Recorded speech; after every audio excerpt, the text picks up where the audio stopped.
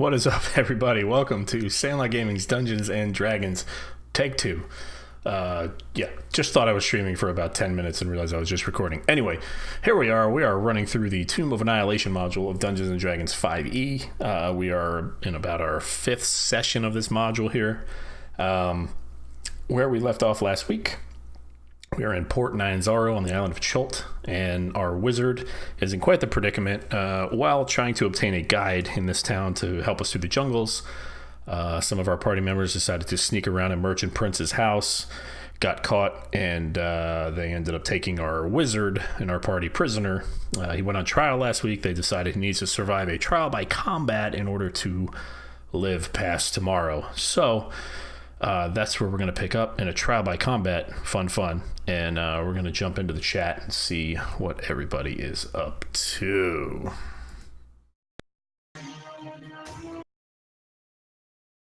All right, now we're streaming. So guess what I did today, guys? What'd you do?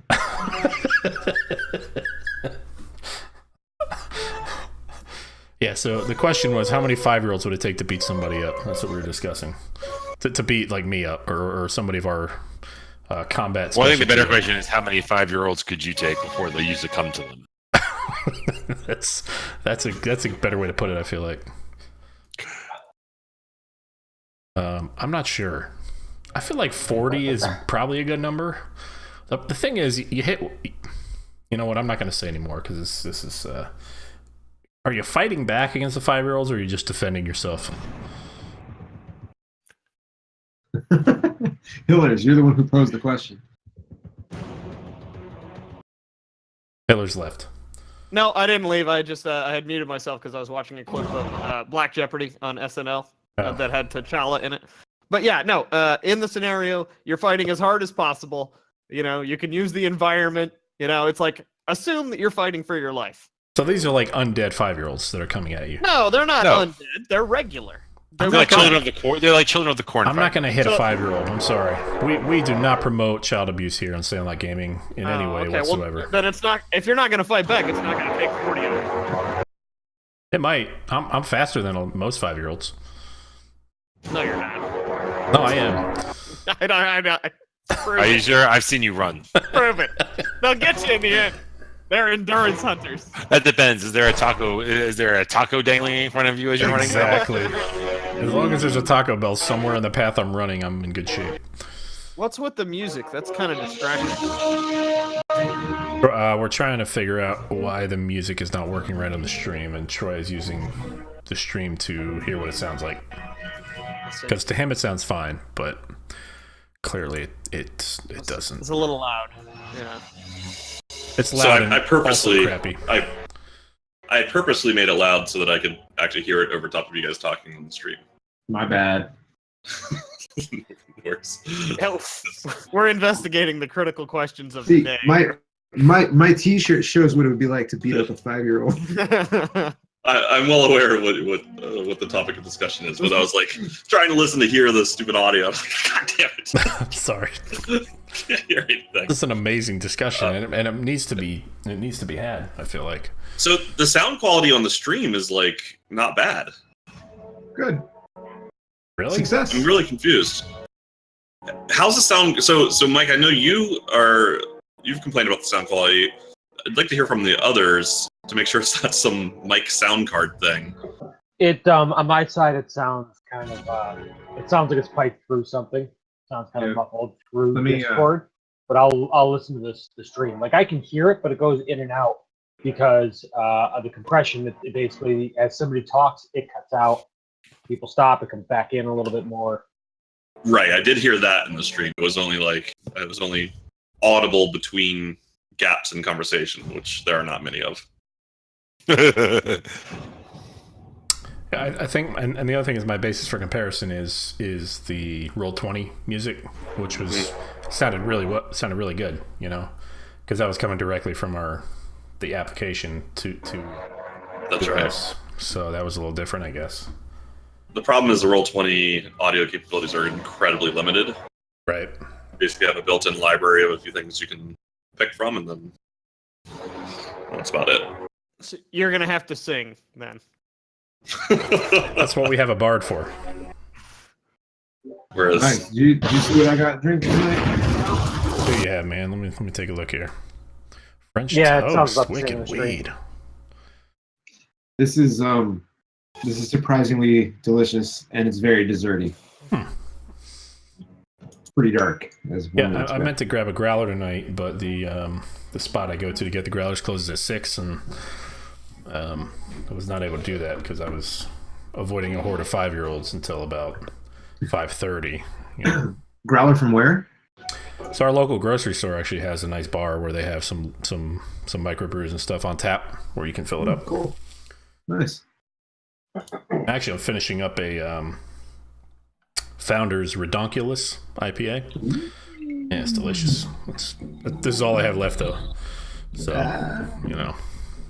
If you ever get your way down to Florida, Tampa Bay Brewing Company makes a product called Reef Donkey. That's a really good Cigar IPA. City or No, Tampa Bay Brewing Company. oh, okay.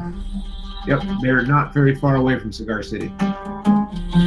So, Andrew, I was thinking through your problem. Now I feel like I'm in Desperado. It is sounding better. Yeah, it's a little loud, but it sounds It's nice. still not. that's through roll 20. Still not great. So, Okay. Mike, that's literally coming from your computer. No, I don't think it is. Yeah, it is. this is a he who smelt it, dealt it situation. Oh yeah, it is. You're right. Oh, it is my fault. How embarrassing for you.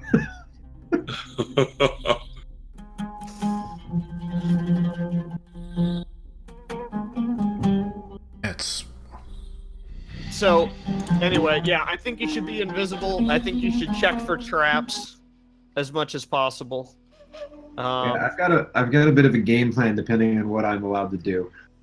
I'll send Handsy in to help you and use his reaction to help you on safe I road. believe that they actually said in the trial that they were going to have a fleet of wizards not allowing interaction from the audience. Right. Well, unless there's no way for him to get to you at any time, as soon as he sees you, he'll get to you. I might even try to have him find you in advance. Word. That's about all I can do to help, though. Everything I do is pretty explodey, so I can't really do it. All right. Everything I do, I explode for you. it is actually sounding better now. Okay, well, it's still coming from your I computer. know it's just a weird track. I think I don't know. It's I think the internet in general is broken because I had to log into Safari to get into Roll20 tonight. Really? There's weird things happening, Yeah, man. my Chrome wasn't working, but I loaded down Safari and it worked just fine. That's because I don't have Firefox on here. for some Anybody else who's an iPhone Mac user, did you run into a problem with iMessage over the last week? Is all the operating systems updated? I did not. No.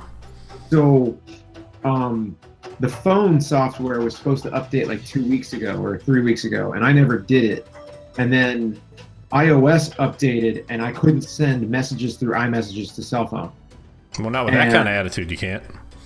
Not with that kind of attitude. So I updated the computer, and then I could send up iMessages, but I couldn't send text. And then I had to update my phone, and everything would now work. It was a weird little debacle I ran into because they changed the way that some of the protocols work. Did we want to try to get started? Yes. Hey, you guys want to play D&D? Yeah, I think that's a good idea. Not that this technical discussion isn't enthralling. But... All right. Sorry, Android. So let's see who's wants to volunteer to recap last week. Oh boy. I We think just botched a trial. didn't I we? think Zigmundo's the guy to do that, since this might be his last session. This with might us. be his last chance. All right. So I got put on trial, and it was wildly not successful. And my great explanation of why things went down was listened to, and then I rolled poorly, so that didn't bode well for my hero. and they decided that I now get to run with some dinosaurs for my life. So I wouldn't say wildly unsuccessful. They didn't kill you immediately. Was that an option? That was the default option. Guys, Okay, we did something right, guys. Yeah, if we'd have had to fight our way out of there's a good chance we'd all be dead right now. It would be a And new guys, I party. think you've ended the module a little early, and you can all go home. All right, who's our next DM? You didn't make it out of the town. Congrats. My God. The town, which is, by the way, made to get out of at level 1. Well, I'm sure a level 1 person could get out of it. They just have to walk out the gate. All right. Yeah, we failed at that. We can't seem to do it, but No. a person could.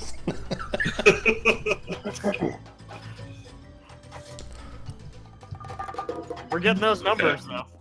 We're stacking those numbers up. So, All about content creation. Mm-hmm. So you guys are able to head back to the local tavern, get a night's sleep, but you've heard through the grapevine that you need to be up early and out at Executioner's Run at dawn, which is when they're planning to run Zigmundo through what's called Executioner's Run. So Zigmundo, you got brought back to Golden Throne. You were placed in a cell downstairs. You're still manacled. Multiple guards watching you. Probably a restless night for you, I would imagine. Really early in the morning, well before the sun has risen, they come by your cell, unlock the door, and 2 huge hulking guards tell you it's time to go. And start to walk you out of Golden Throne and take the long walk through the Merchant District all the way around, out to the old city, to the Executioner's Run. So as you arrived at Executioner's Run, which you had seen briefly last night, you see that the mages are still there, still working.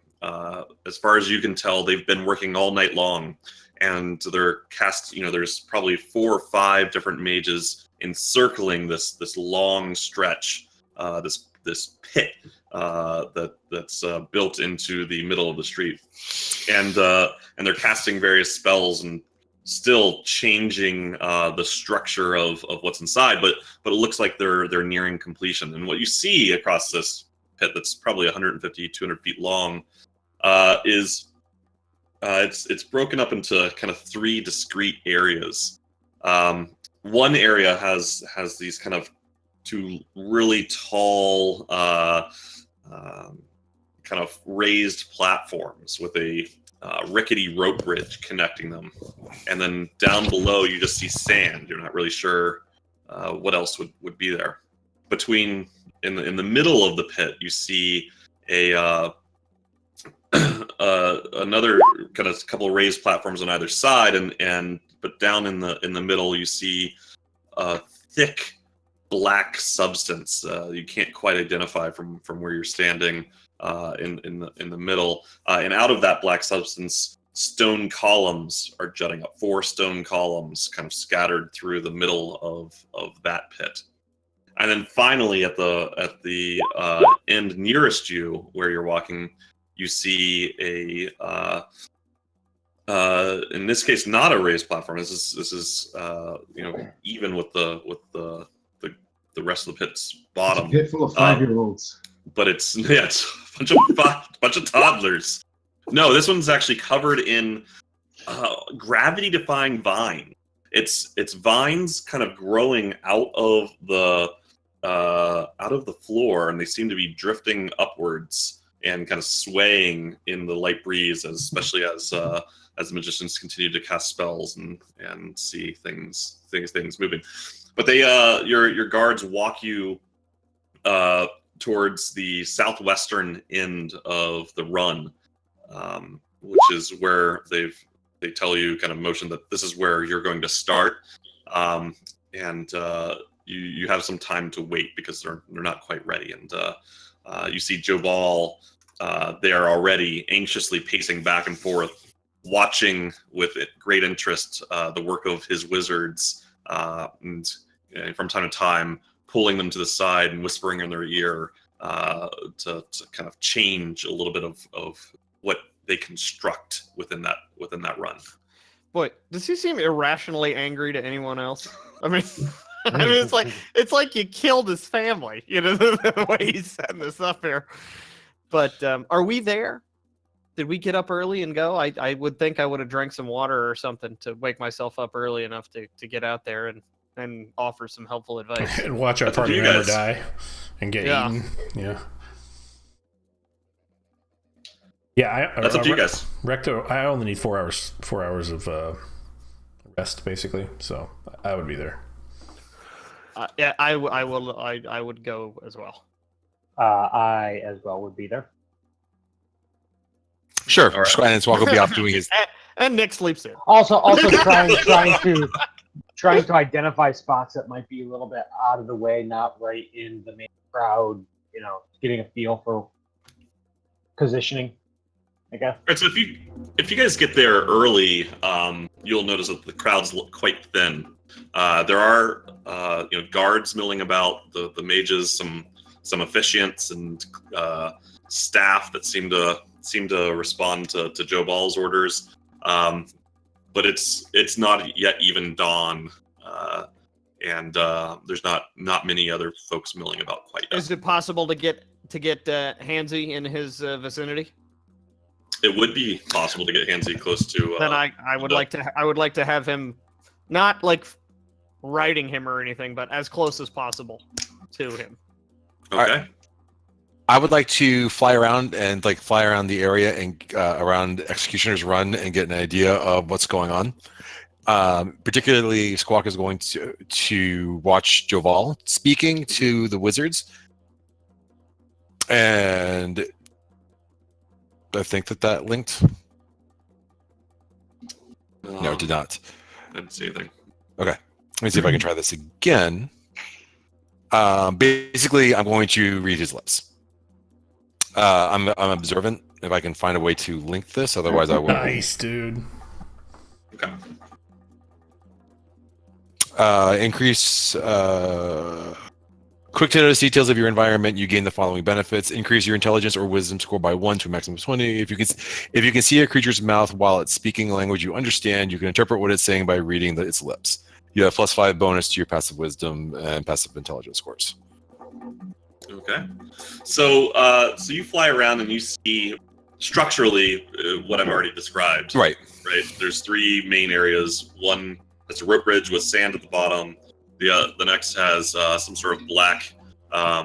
When Squawk flies over, he's able to peer down and still can't exactly tell what's at the bottom, but it appears to be some sort of fluid, black, thick fluid-like substance at the bottom. And then that third area has all the vines. You do see gravity-defying vines. Gravity-defying vines coming out from the floor, drifting up. You do see Jabal kind of pull one of the wizards that's down near the southwestern corner to the side, and you kind of key in on his mouth as he is whispering into the ear of the wizard, but you can read his lips and you can see that he's instructing the wizard to scatter more sand into the bottom of the pit because he wants to make sure that the dinosaurs can see movement even if the subject is invisible. Okay. Okay. I wanted to keep a note of the things that he's saying as I'm flying around, just getting an idea for it. I kind of want to wait till Joval's no longer there so I can report back. I don't want to keep flying back and every time I hear something. Mm-hmm. So I'm just going to keep note of all this information for the time being. Well, they seem to be wrapping up. Some of the wizards, especially down towards the northeastern end, have already stopped casting spells. The last couple of wizards finish creating a bit thicker sand. They wrap up, and they seem to be stopping their work. The sun is beginning to rise at this point, and you start to see more people flood to the area. Okay.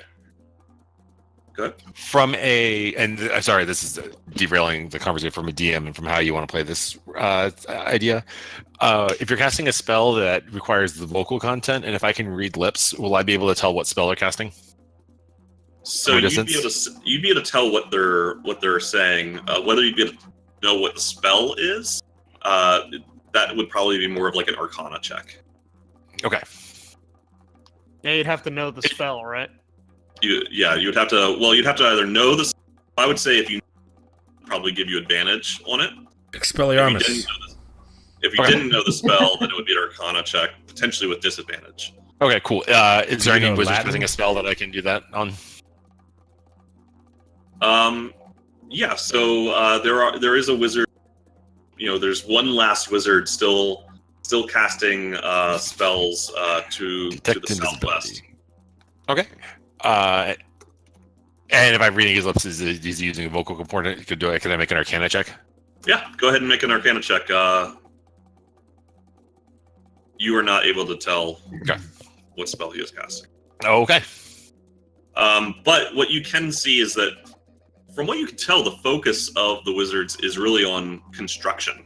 They're being used as really expensive construction workers. Okay, cool. All right. Priciest day laborers available. Are they casting spells in Spanish? Or are they casting spells in a language that isn't common? So, from what you can tell, they are casting spells in common. Okay. Okay, I'm going to circle back to the group. Okay.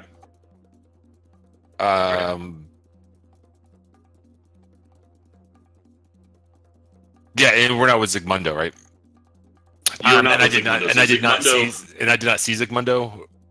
You can see him. Yeah, you can see Zygmundo. He's all the way at the far southwestern, and I'll put the star where Zygmundo is. And how far away would you say Zygmundo is from us? Well, I guess that's the question for you guys: is where are you hanging out? So the crowd is starting to show up. Can we start to get a feel? Because basically, like, what I would be looking for is an area that's kind of out of the way, maybe behind around a tree or a bush, not by a bajillion people. Yeah. I mean, I'm sure a perfect place like that maybe doesn't exist, but that's what I would be trying to position by it. So there's probably a few dozen people already, spectators that have arrived and are surrounding the pit, right? It's still, this pit is quite long, right? So even a few dozen people, the crowd's not thick. Pretty much everybody can stand right up to the edge. But based upon what you saw when you first arrived at Port Nyanzaru, you think that it's likely that several hundred more people might show up. I'd like to get a good seat. I'd like to get as good a seat as possible. Okay. There's no actual seats, but you can. Well, a nice spot near the edge of the pit. Well, within yelling distance of him. So where along the pit would you like to be, Hillary? In the middle. So from what you can tell, it's going to start southwest, and Zygmundo's going to have to go to the northeast, which is what you saw the first time you saw the run happen. Do you want to be kind of on the southeastern middle? Yeah, pinging it. Yeah. Okay. Let me update some things over here. Hold on. Okay. As you kind of approach that side, you do see that there are a number of guards that are patrolling back and forth along the side. Just as an FYI. Okay.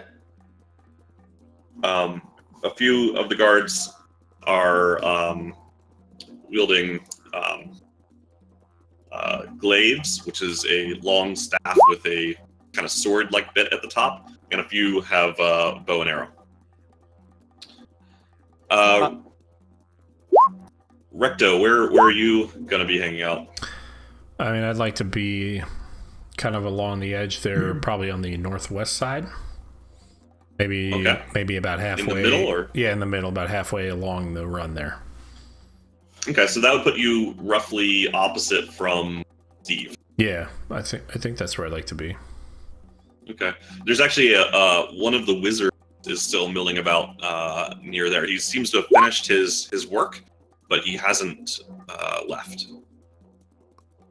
Can I talk to him? You could. Hey, good morning, sir. What you working on here? We are preparing for his run. Joe Ball, he kept us up all night. It seemed very important to him. I believe somebody has, well, I'm not exactly sure what this person did to wrong Joe Ball, but Joe Ball seems to have taken great offense. That's pretty brutal. I'm sorry about that, keeping you up all night. That's pretty tough here. What did he have you guys do? He had us construct a run. Quite a extensive run, more than what we would usually provide to a prisoner. But Joe Ball said that this is an outsider, new to the city, who personally violated his home. And Joe Ball also believes that because this is a visitor from the Sword Coast, that it might draw a large crowd. Joe Ball is hoping to make a lot of gold on this run. Wow, sounds like he has some special tricks up his sleeve here. And hey, man, is there anything in particular? I'm looking to make some money too here. Is there anything in particular? He might have put in there? Go ahead and so I'll say for now he's going to say, "I'm really, I can't say. I would get in trouble. Joe Ball would not like that." So I don't even know who Joe Ball. I'm new to the city as well. I'm from up in the Sword Coast, but I'm new to the city as well. I'm unfamiliar with your customs entirely here. I don't want to put you in a bad spot. I was just wondering if you could give me a hint of what to look for, maybe a place to sit that might be interesting to see something happening, or. Well, and he kind of leans in closely. I'm not really sure what the rest of my peers have been ordered to construct, but I can tell you that this, and he gestures to the black pit in front of you, the tar pits could become very interesting. It's not just tar. You might see something coming out of the tar that maybe is a little bit more alive than what you would. Dino bones. What likes to live in tar? That's interesting. I've never heard of such a thing.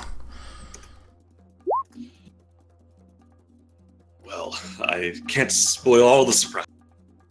Please get a seat close before the rest of the crowd shows up, and you'll see some of my work firsthand very soon. Okay, I appreciate the info. Man, I'm looking forward to this. This sounds great. Yes, it should be very interesting. Hopefully, we can all make some. On my side, I'd like to let it be known that I'm looking to put a bet down and see if anybody's got some action going. Okay, so at first it's a little bit harder, but as pretty quickly you see that there's multiple runners going from person to person collecting bets. So there is a young, probably teenager, probably maybe not even a teenager, 12, 13, 14, comes up and you see him transacting with one of the people near you, taking a little pile of money and jotting down a note. If you want to grab his attention, you certainly can. Yeah, I would like to grab his attention and let him know that I'm not quite sure how to handicap my bet, and see if he can tell me what any of the challenges are, if he has any information about what the odds going on in there. Yeah. So what he conveys to you is that there are different odds for the different sections of the track. The longer you think the prisoner can, the further you think the prisoner can make it, the better the odds in your favor, or at least the payout in your favor, and that that betting on the prisoner actually making it out alive is of course the riskiest bet with the largest payoff. Oh, dear God. Is there a section of the track where the odds spike more than in the other sections? From what you can tell, no. It's a pretty linear progression. Okay. I'll put 10 gold on Zigmundo and let the kid know that if anybody wants any side action, they should come talk to me. So he asks you 10 gold on the prisoner, making it how? Yeah, that's right. He's asking you how far. Oh, all the way out. He laughs. Mm. takes the 10 gold and writes it down. What are the odds on the 10 gold? Is it like 5 to 1, 10 to 1? He tells you it's 6 to 1. 6 to 1. All right, cool. That's not terrible. That's not terrible, Sig. That's pretty good. No, it's not terrible. I let him know that I might be willing to put more gold down if anybody could give me more information about any of the trials. He tells you that you'll just have to ask around. Somebody else kind of calls for his attention, and he turns to. Okay, fair enough. That sounds fun. Okay. Roland, where are you hanging out? So I'm thinking I'm probably going to want to work my way kind of towards the end. I assume this is the end of the I'm run. not on the same screen as you guys. Yes. Oh. That's Okay, so it's on the opposite side of... Okay. So I think I'd like to be kind of towards the end. But again, I don't really want to be like right up front row seat, big go Zig go card in my hand. So northeastern end? Yes. Okay. But like, I don't know if I can get up to a higher place here. Actually, you know what? You know what I'd like to do? I'd like to actually turn into a cat. Okay. Or let me hit a lizard because they're common in this area. I just want to kind of perch up. I assume this is maybe a small shed that's up in the northeast corner of. Yeah. That's like a little merch. It's a merch stand. I'd like to get a close but kind of high up perch. I just want to kind of see what's going to be happening. Okay, so you can turn into a lizard and crawl up the post and see that a merchant is busily preparing their stand where they're selling big cups of Tej, the local alcoholic beverage. It's pretty early in the morning, but there's already a bit of forming to grab some brew before the run. And I'd like to just sort of mentally communicate with everyone to find out if they've learned anything that I can share with Zig. I have not. Okay. I don't like people, so fair enough. If there's time, I'd like to work my way over to Steve and let him know what I found out from the guy. That there's something in the tar beyond just the tar. Okay. If you're on the other side, we can communicate with each other. Yeah, like how far is this? Can we just like talk to each other? Or? Yeah, the distance. You guys are about 45, 50 feet apart right now. Oh, well, then 50, I can't. 50 feet. Yeah. Hey, what did you learn? Can he hear me Might as yell? well. Can you hear me yell? Who said that? Yeah, he definitely better hear you yell. Whoa, I think I just saw something underneath the tar. Something alive. That's weird. And I kind of wink at Steve as I do it. Okay. Who? Who's that? Who's in my head? Don't worry about it. I know you don't know anything. No, and I'll let him know. It's like, it's Steve. This is a little trick I've got. Is there anything you can tell us? You learn anything up there? Don't. Even though he likes to do it, he shouldn't be invisible. Why is that? Because they have ways to detect it. They have ways to find him. The dinosaur. He's going to be the first leg. The first section is going to. He's going to be running through sand or something, and dinosaurs are chasing him, and there's a lot of sand there, so they'll be able to follow his footprints. All right. So I'll get within 30 feet of Zig and convey that information, and also add a suggestion that if he's going to be invisible in the first section, he should find a way to either move all the sand at once, or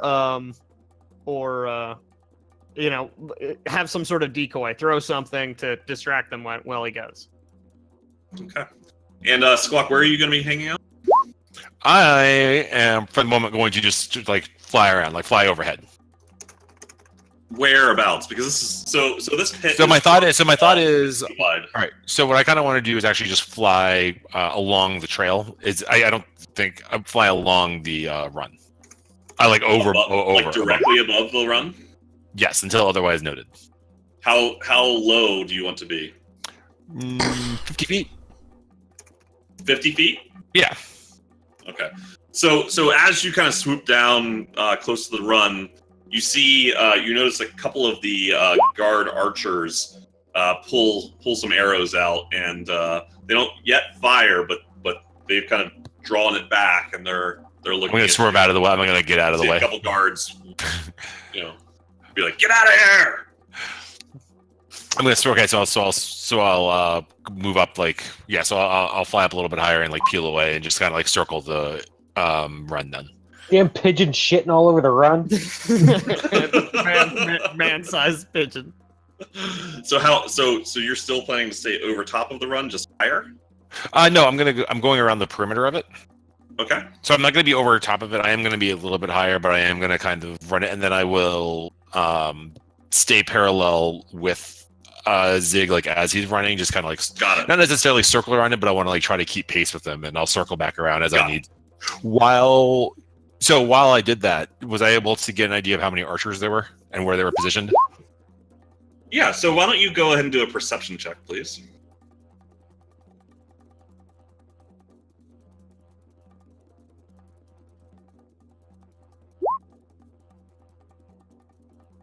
So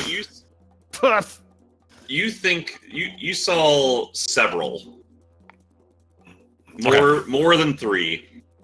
Nick, if you do have the observant feat, you didn't add it onto that roll. Should you have? There is no plus to it. It's just plus 5 to passive wisdom, which is perception. 4 on his list. That's the passive, though. Oh, okay, got it. And actually, what is your passive? I'm sorry, Nick. You have a really high passive, I believe. I think it's where do I think it's 33. my passive is 19. Okay, so Just missed it. And just make sure that when I ask for perception check, make sure to tell me that, because sorry, I totally forgot that was a thing. But thank you for saying that. So you see about half a dozen archers spread out pretty equally along around the rim of the pit. Okay, cool. So I can say okay, so they're evil. Okay. And when I flew away, did they lower their bows? They did. Okay, so okay. And are you going to be on the southeastern side or the northwestern side of the pit? Kind of from Zigmundo's perspective, the left side or the right side? I'm gonna start on the right. So the southeast. Sorry, real quick, as we're positioning here, do we know, or can I look, or can anybody look, where's Jabal? Is there a big throne somewhere, or some gaudy box where we can assume he's going to be? Yeah, good question. So Jabal is actually still down close to where Zigmundo is. Okay. And he has a contingent of guards surrounding him. But any sight about where he might be in terms of a decked out viewing box, or? No, there's actually not. So it seems he'll be standing. One thing you do notice is at the northeastern edge, the end of the run, no one seems to be gathering along that edge. Everybody seems to be gathering along the long sides, not along the short sides. And you see more guards, and some guards are in richer armor than others, and you see them along the short ends of the run, whereas the guards kind of walking back and forth along the long sides of the run seem to be more lightly equipped, more of just a typical city guard.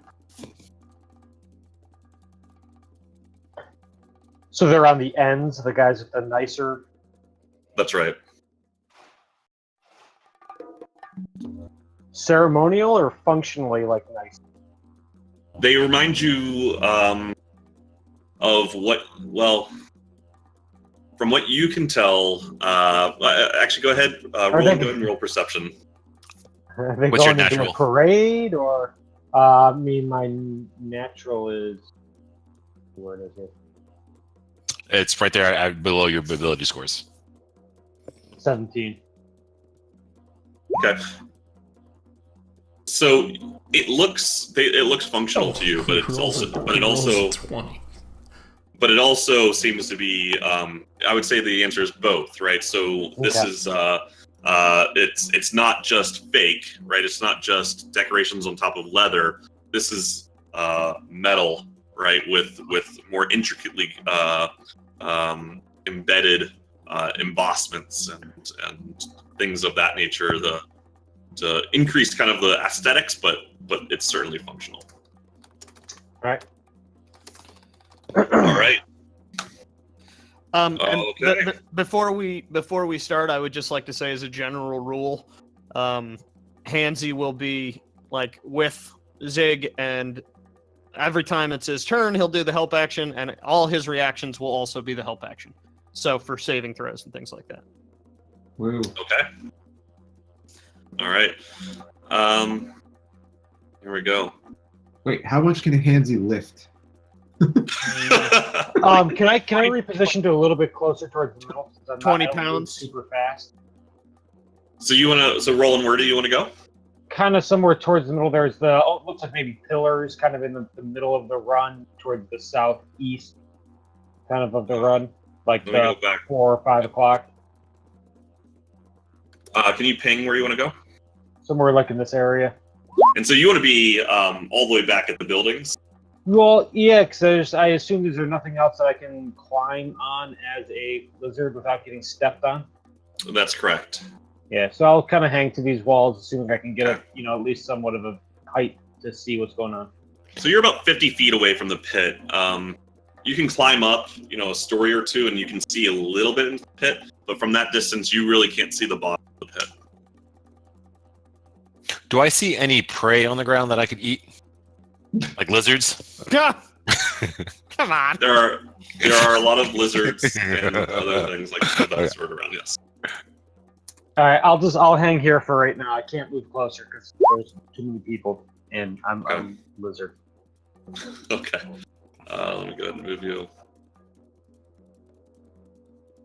All right. Are we ready to rock and roll?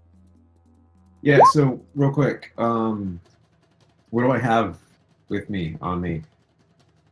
So you have, yeah, good question. So you have everything that you would naturally have, right? But you don't have your pack with you. You don't have your staff with you. So, is there anything in not particular you were hoping that you would have? No. I'm just trying to understand. So like, it's just like a bunch of clothes,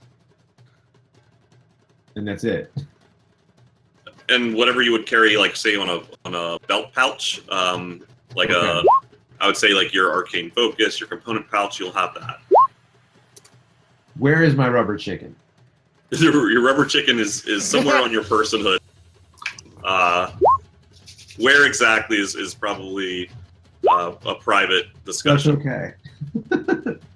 Keep it close to the family jewels.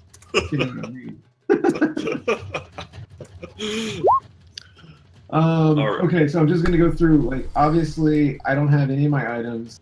I don't have any of the staffs. I don't have a spell book. I don't have any weapons, but I do have my holy symbol and my component pouch. And I'm assuming I also do not have the decanter of endless water.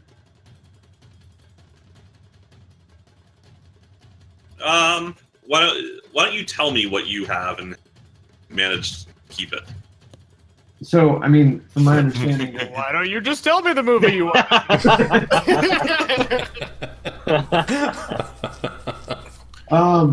I would think that the small knife that I have, and then the component pouch, and then, I mean, I've got the component pouch, then I might even have my potions of healing and the decanter of endless water, but I don't know, like, I'm wearing a robe, I don't know what I hid in there, I don't know how thoroughly they checked me. That's what I'm looking for you to tell me. Like, these are things that wouldn't be in my, like, it wouldn't be in my backpack, right? They don't seem, from what you can tell, as you kind of prepared, they didn't seem overly worried about what you were going to take into the pit with you. They just didn't allow me to bring weapons in with me. Well, they kept it separate from you while you were in jail cells, you do see that they have all of your gear nearby, but they haven't handed any of it to you. Okay. So I'd like to go ask if they would mind handing me my staff because I need it to walk. Can I have my weapons? So you have you've got 2 guards on either side of you. You see a couple of wizards nearby. You also see one person who's been going back and forth between Joe Ball and some of the others. He seems to be maybe you can't tell whether he's an officiant or he's just one of Joe Ball's staff members or clerks. You're not sure, but he seems to have a little bit more authority than the rest. He seems to be more approachable. Joe Ball's there's a lot of guards in between you and Joe Ball right now. You could talk to one of your guards. You could go talk to the kind of white collar guy. You could. I would like to try to grab the attention of the white collar guy.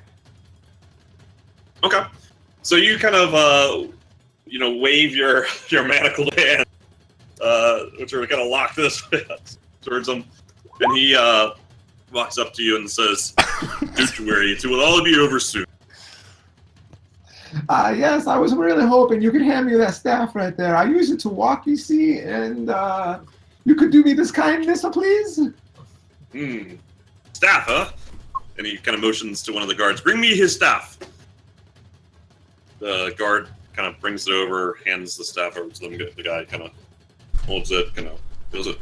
What? I know you are a wizard. Do not try to trick me. What does this do? It allows an old man to walk. You're not that old. Go ahead and roll. I was old. I just said it allows. Go ahead and roll. Go ahead and do a deception check, please. Stay a while. Well, is it really a deception check? Because I didn't tell a lie. Well, he was clearly asking you to do besides that. He knows what a stick does. Okay, so he kind of looks at you and he says, "Well, if you don't want to tell me, maybe I shouldn't give this to you. But look, if it makes things more entertaining, it will bring more money for the ball. So here's what we will do. We will throw this to you when you first enter them, but you cannot have it." That's okay. Thank you. I got nothing. I have nothing. I'd rather. It's good. That thing you can do what with it? You can cast the same spells that I already have, but it doesn't take it out of my spell slots. Nice. Or defensive spells. Plus, it gives me 1 to my armor class. Cool. Okay. All right. So before we get started, we've got some rules to talk about here. Let me dial down this music. So we're going to be doing something. Telling us. What's that? Oh, never mind. No. Please proceed. Yeah, I'm talking. We're going out of character now, and I'm going to talk to you guys about something we haven't done before. At least I can't remember doing it before. We're going to do what's called a skill challenge. Is anybody familiar with this? No. Like bow staff skills, nunchuck skills. Shotgun skills. That was a little low-hanging fruit, Meryl. Wolverine hunting skills. It needed to be said. So there are going to be 3 phases to the Executioner's run. And Zygmundo, in each of the 3 phases, I'm going to describe kind of the environment to you, but you're not necessarily going to be grid quite yet. What's going to be happening is you're going to respond to the environment that you're in. You're going to choose a skill or maybe a spell or some other action that you're going to perform to basically try to move past the obstacle that's been described to you.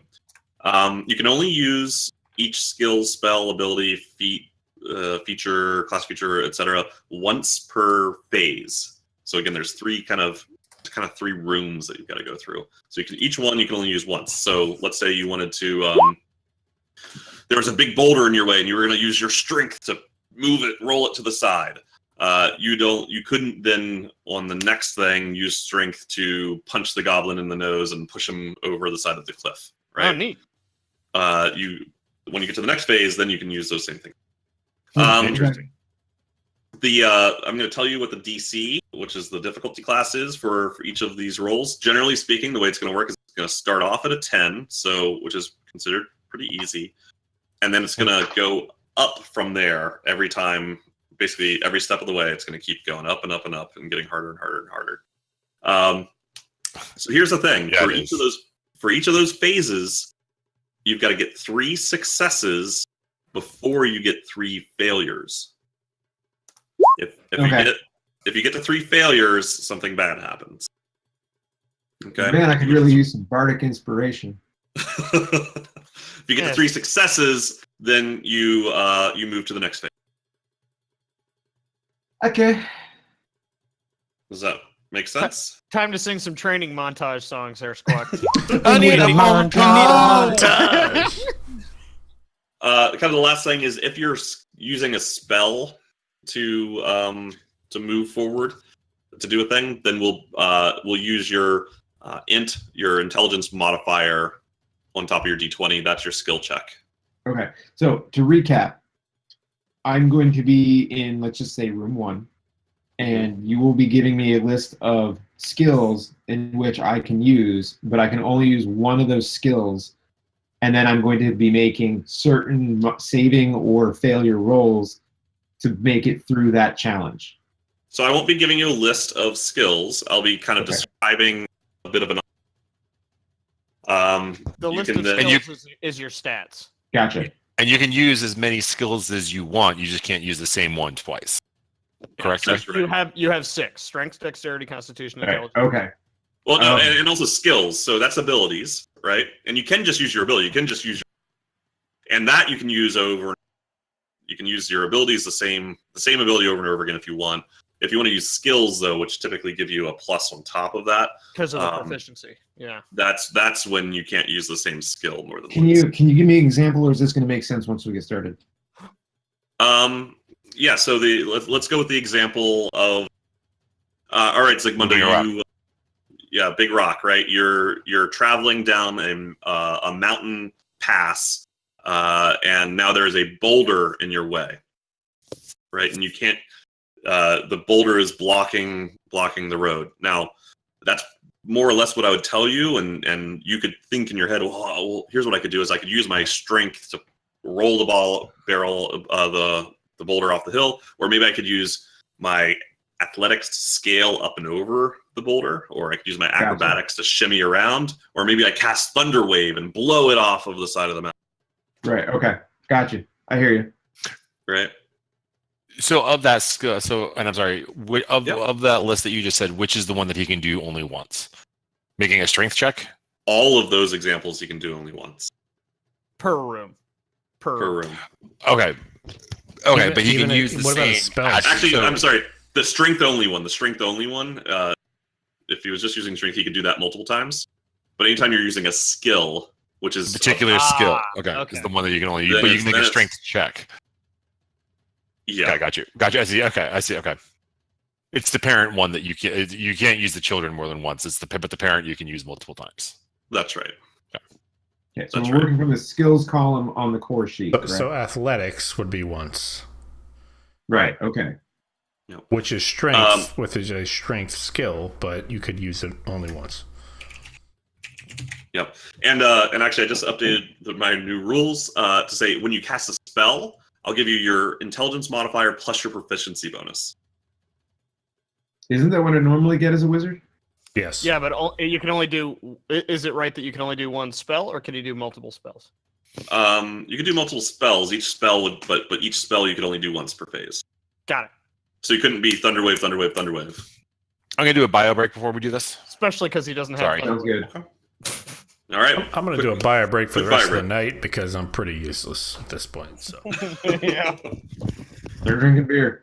I will be on the toilet for the next 2 hours. I'm sorry, Zig. I got nothing, man.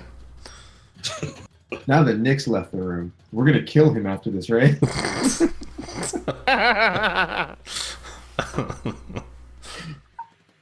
Oh, kind of not joking. I loved it. Yeah. Well. Oh, it's fun. We're having fun. There were Guys. There were several mistakes made in that whole debacle. Hey, Trump, back it up. Many people are talking about many things that went very, very wrong. So wrong. There were many people involved, and Many people were involved, but we're not going to make those mistakes anymore. Hey, Andrew. I've got slight tweaks in those rules now that I've updated. Now that I've looked at them again. Yeah, So, where are these rules? They're just. I've just got them written down. All right. Okay. They're in Google search, basically. Gotcha. All right. I can copy and paste them. Hold on, let me. Now,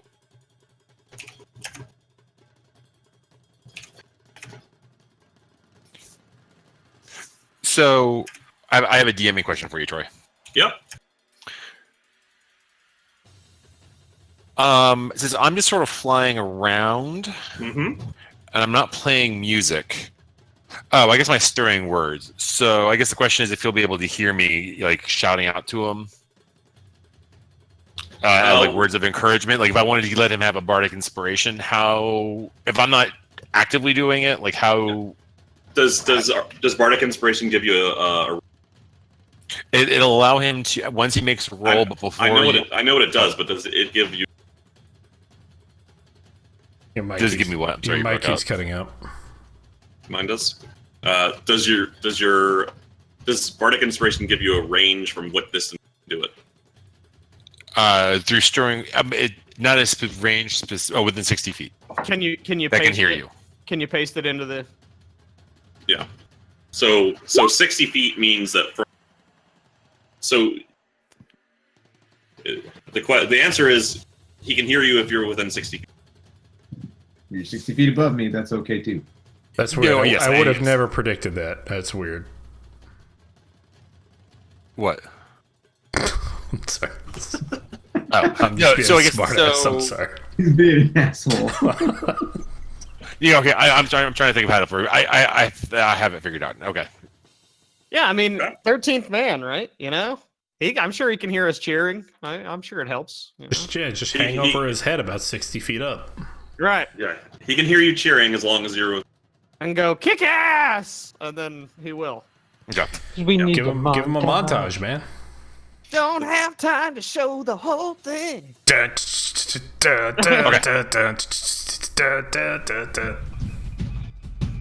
All right. Yeah, are we ready?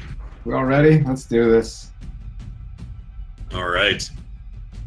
So, dawn broke about an hour ago. The crowds have really thickened up. You see what could be close to 1,000 people surrounding. I mean, the streets are just packed now. Somehow, in just a single evening, Jobal has advertised this well enough. People are cheering. People are drinking. People are. Dude, this is the Critical Role music. Left and right, it sure is.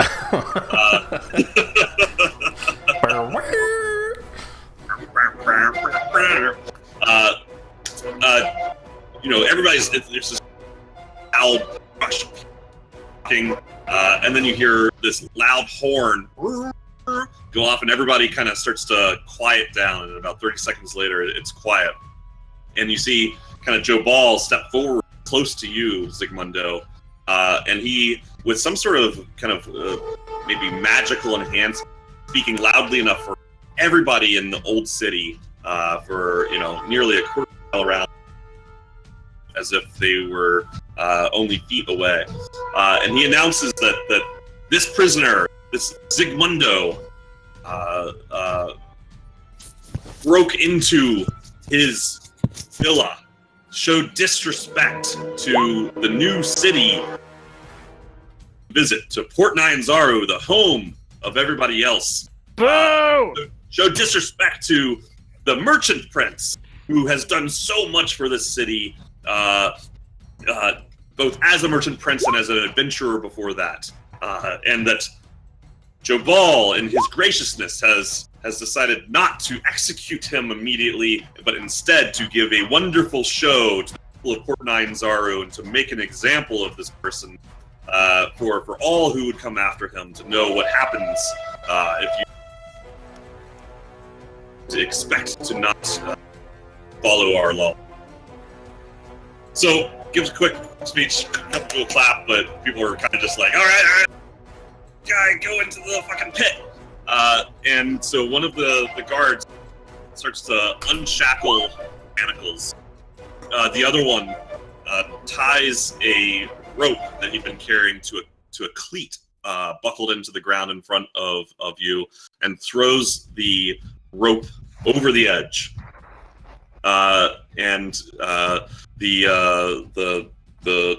Before the other guard takes the manacles off, takes the second guard that threw the rope over, takes his sword out, sticks it kind of up against your back, and says, "No funny business now.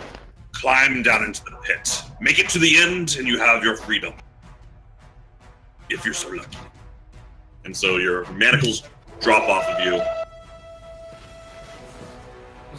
Beer man, over here. Popcorn. Right, you're still cutting out, and I don't know whether it's the music or what, but like I can hear the music sometimes more than you, and then there's no volume to it from you at all. Yeah, it's like every sixth or seventh word kind of cuts out. Okay, You come back dialed pretty down quick, the music. but it's just like every now and then it cuts out for a second. And it's funny because it happens every time you're making like an amazing hand gesture. Like there's no volume. Yes. All right, nice. Seems It's like like- critical let me know. moments. So I adjusted it. Let me know Before if. you see, and it's terrifying. All right, so I adjusted a couple volume controls. Let me know if it's still a problem. Did you guys watch All right, Brian cool. Regan's most recent stand-up? No. Is that anything new with Dungeons and Dragons? No, it's flamethrowers and Can we Then play we with- should hold off and let us play the game. yeah, it was down great. the pit. It was great. All right, so I'm climbing. I start climbing down the rope, and then I remind the white collar individual that he was going to throw me my staff when I got to the bottom. All right, and so you see the gentleman turn staff, and he says, "Good luck," and throws the staff. He doesn't even throw it to you. He kind of just throws it down, and it kind of plops against the stone ground in front of you. All right, amazing. So I'm at the bottom now. Hooray! Yes. So you're at the bottom, and you see before you a large stone wall and staircase leading up to the top of the stone wall. You're probably the stone wall's. You're probably about 50 feet down. You had to descend a long way down that road, and so the steps kind of go up these 30 feet, but then there's another 20 or so feet from the top of that wall to the actual ground level where all the spectators are. Okay, so I'm pretty far down. You're far down. Yep. Alrighty. What can I see besides the walls? Nothing. It's pretty close to you. It's just a even stone floor. A little bit of sand and dirt, but not much. And the staircases are probably there's staircases on either side of you, probably 10 feet away, that climb up to that platform. Okay. Now maybe is when you cut out. There's a platform with stairs leading up to it. Is that what you said? Yes. Okay. Yeah. So there's So- two.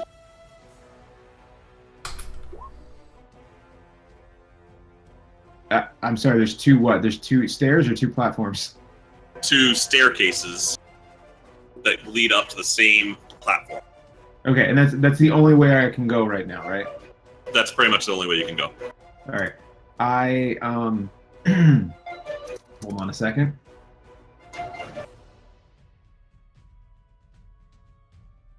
I take the one to the right. Oh!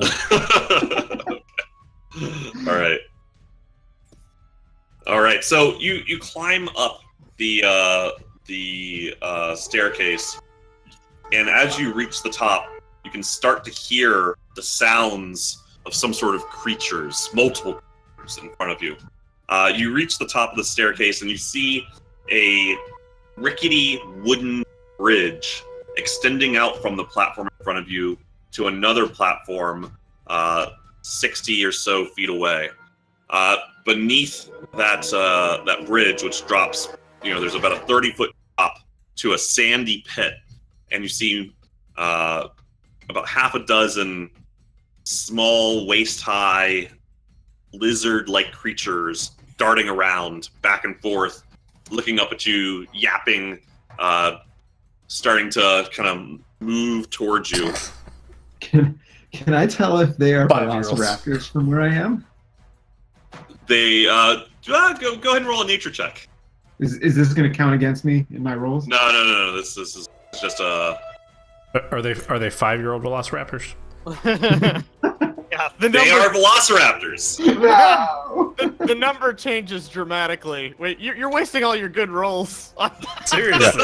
On things that don't matter. You are crushing I love how your you were rolls, like, dude. I'm gonna let fate decide. I critically decide to go right. Like it's not even a question of like I don't even hesitate. I know I'm going right. after you let the dice decide where you're going. God, gonna- actually, you're part of gonna the wish clouds you had moved that. down and said, you're going right. You're gonna, Okay, so you're gonna wish okay, you had that so I'm on 20 the and bridge. 18 back.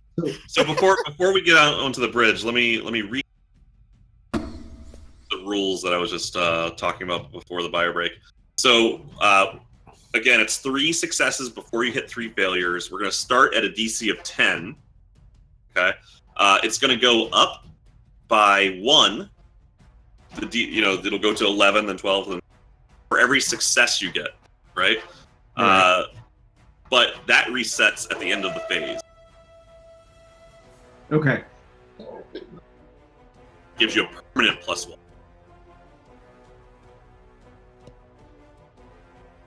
Did anybody else hear what he just said? Something about a Could you- permanent +1. Yeah, I said except every failure gives you a permanent to the DC. Every failure gives you Every failure gives a permanent that does not get reset at the end of the particular room. That's right. Okay, gotcha. Okay. DC going up is bad. Yes, of course. Except unless if it's yes, it's bad. Yeah. Okay. So I'm on this platform. There is allegedly a rickety ass bridge in front of me, and then That's right. 30 feet below that bridge are 6 velociraptors running around. That's correct. You can tell they're 5 years old. Okay.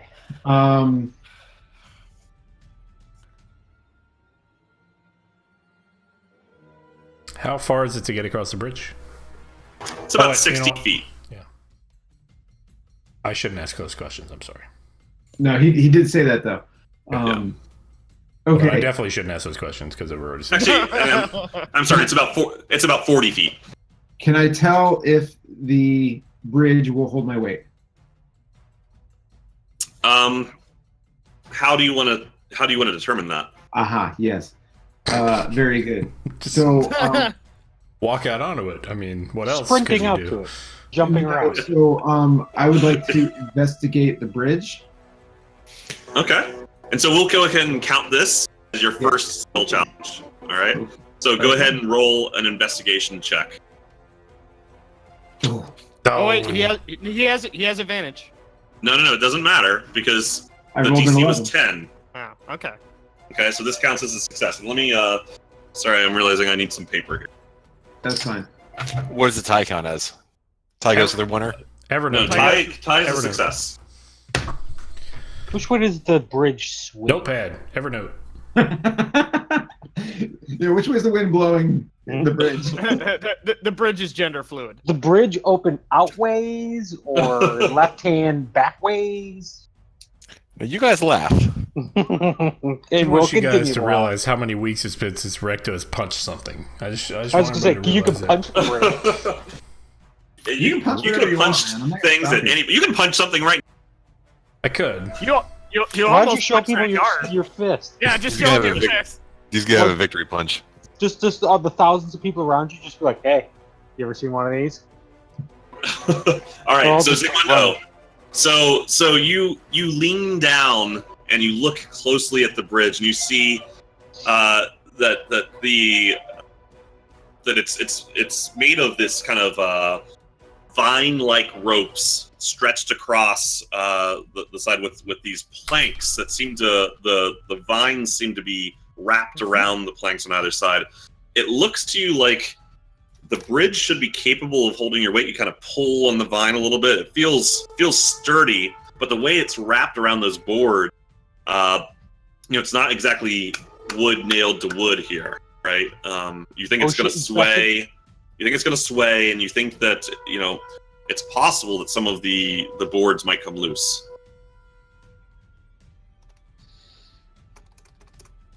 Okay, but if they come loose, I mean, I'm holding on to the vines, right? You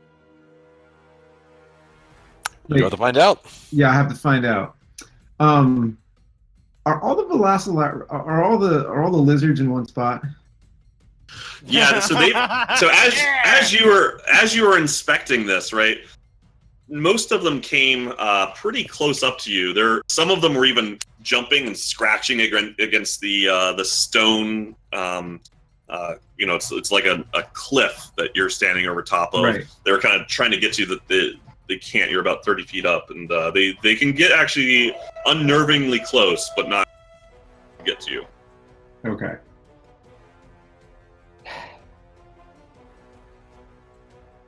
I'm gonna cautiously go out onto the bridge with 1 foot, just to kind of see how the board's attached. But I'm gonna hold on to either side of the rope railing.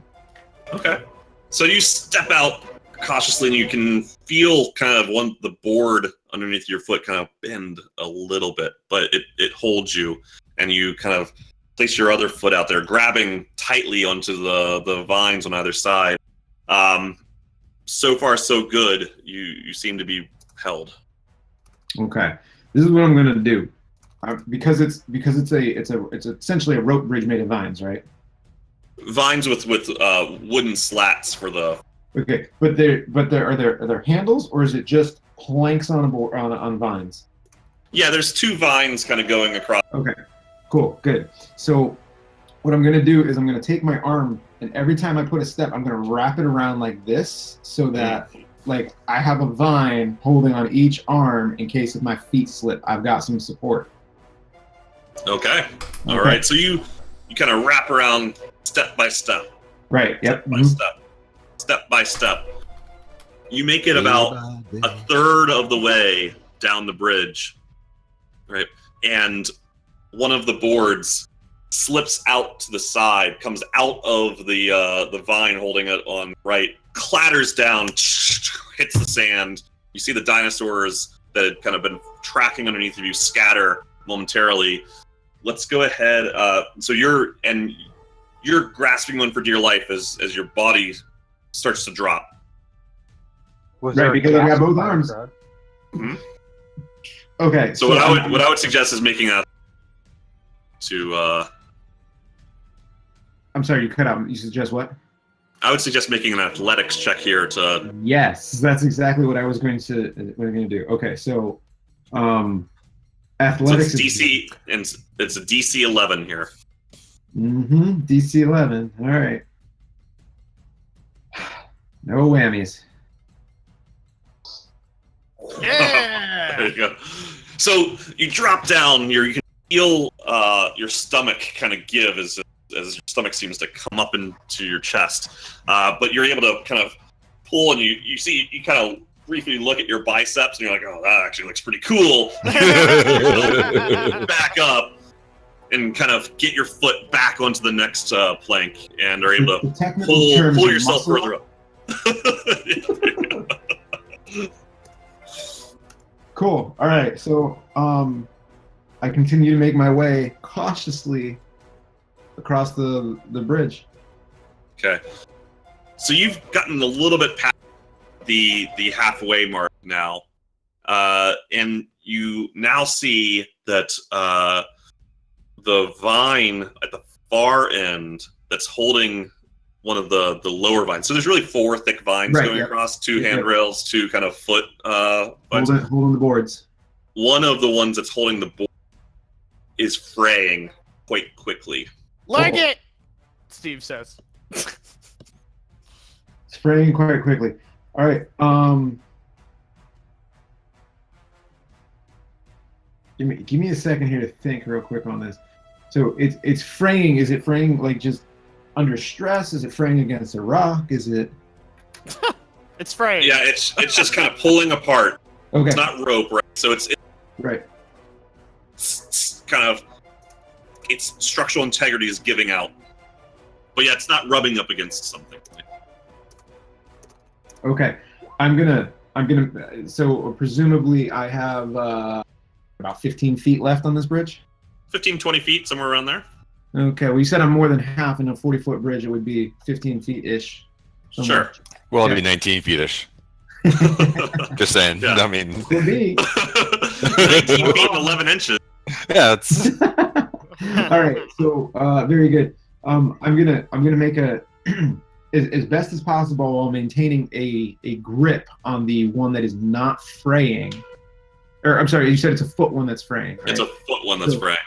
So I'm gonna put my weight on the side that is not fraying, and I'm going to dash as I can across this bridge. Okay, all right. And I believe that. Yep. So here's a couple options I'll give you. Okay. Well, actually, why don't you tell me what skill, ability, spell would you like to use to try and do this? I'm gonna use acrobatics, Okay. I believe, because religion's not gonna save my ass here. All right. Start So praying. it's a DC 12 here. Oh no. Oh, that's So- rough. So you try to hop across, right? Like you're trying to almost stay, towards the opposite side from where the one is fraying, and you're kind of boom, boom, boom, going quickly. But it seems like because you're going so quickly, you're creating more pressure. You're landing heavier than you were, and it causes that vine to fray and snap more quickly than before. And as soon as it snaps, the boards on this half of the rope bridge where you are kind of tumble out, clattering along the sand floor. You see kind of the couple of the velociraptors pick up a piece, shake it. You see others kind of jumping up at you as feet dangle.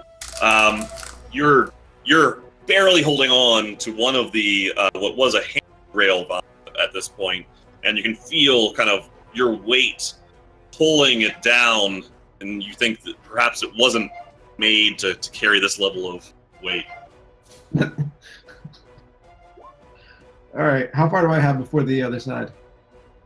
Still the same. You have 50. All right. Was DC's gone up to 13. yeah, and I've used acrobatics, investigation, and Athletics. athletics. Right.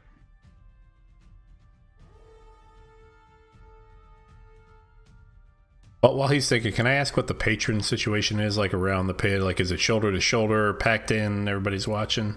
It is packed. It's probably 3 deep all the way around, and in some cases, closer to where Zygmundo is at any given time, even deeper, probably 5 to 6 people deep, as they're kind of jockeying to see who's there. And people are, cheersing things of Ted. Some people when he does something good. Most people when he fucks up.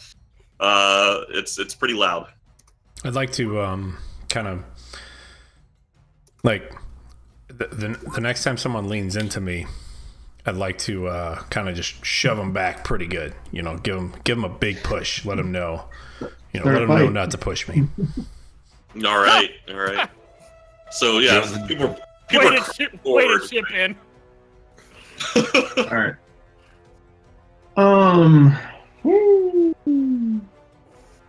All right, so you're dangling Can I by move this. at all? Like, by this hand. can I move? Can I continue trying to like shimmy in some capacity? Like, You could. okay. Well, I would like to continue shimmying the best of my ability over Like to the stage. monkey bars. All right. Well, hold on to that. Hold on to whatever I can and make my way over as best as possible. So unless you have some better option, what I'm going to tell you is to play a raw check. What To check? kind of make sure a raw strength check, Okay. ability check, right? To kind of keep your grasp tight. Yeah, I got nothing better. That's what Zigmundo's best at. Strike checks. Yeah, totally. At least it's not a -2. All right, here we go. Strength check. And this is going to be D. Doesn't matter. It's gonna be D nothing. Good thing you used that 20 to decide. Denied. All right, so Is there any way to get food? Are there any like food vendors? good time to ask. There are vendors. Okay. Are there any ones selling like meat? Yeah, sure are. They're selling what looks like they would be kind of the equivalent of a chicken leg, right? But doesn't seem to be chicken. Okay, I take one of those because I take one of those and I throw it down into the pit where the raptors are. Steve will pay the guy for the chicken wings. Nope, So I don't take it. Wait, How big is this wing? How big is this wing? Weren't you flying? I am. I want to fly down. I want to fly down and get some meat. Like I'm hungry, so I want to get some breakfast, and I want to get a chicken wing. Okay, so you fly down and you're.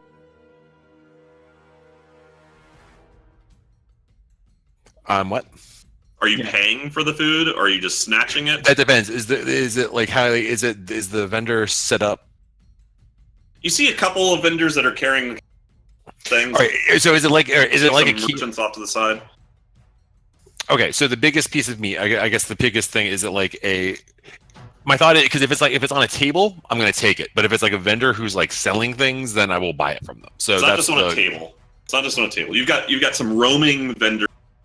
Hot dogs, get your hot dogs, and then you've got like a couple of stands off to the side. Okay, I go to the stands and I go to take a piece of meat, to take some of the meat. And you're stealing it. Is that what you're saying? I'll try to pickpocket it. If they say something to me, I'll pay it. Turkey Okay, legs. go ahead and do Turkey sleight legs. Go ahead and do sleight of hand.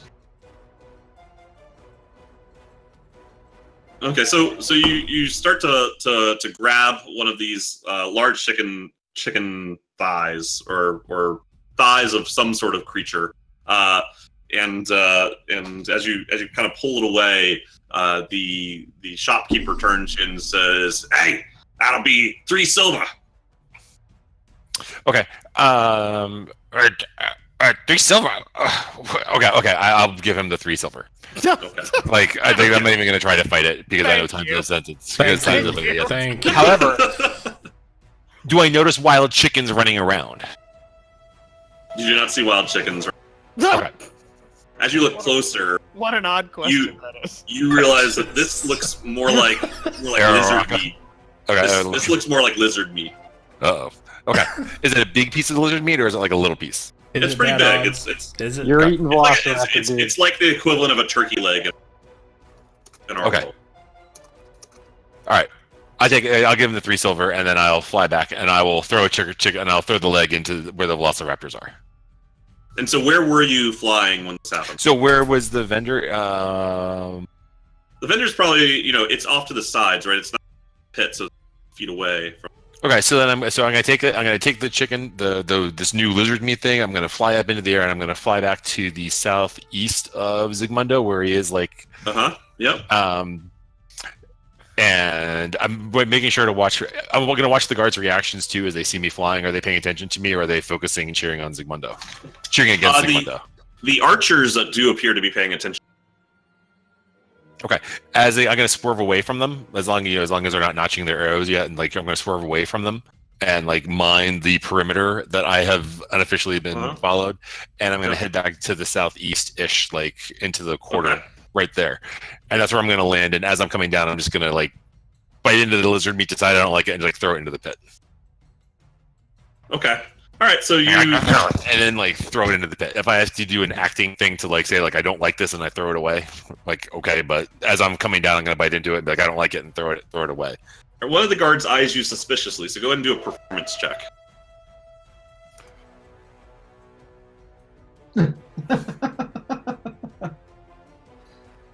All right. So you're kind of like and they've seen They know what it lizard. tastes like. And so you toss it in, and Zygmundo, as you're kind of dangling, you see 3 of the velociraptors kind of rush over and start fighting with each other as they are kind of grabbing that meat back and forth from one another. Grab All right. that meat. Grab. So Zygmundo, you're dangling, and you just lost one of your hands. One of your hands drops, and now you're kind of barely hanging by your fingertips. I feel like it's going well, Zig. You see part of the other rope that broke has dangled and gotten caught up with some of the other vines. It's nearby because you're pretty close to the edge now. You're probably 5 feet away from the edge at this point. All right. This is fine. One last thing is after I do that, I'm sorry, and this is important just for what's about to potentially happen, is I want to start shouting out like words of encouragement to Zig as he's doing this, hence setting up my bardic inspiration if needed. And actually, Zygmundo, before we continue,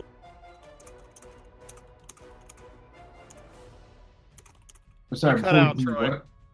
where's your staff been? What?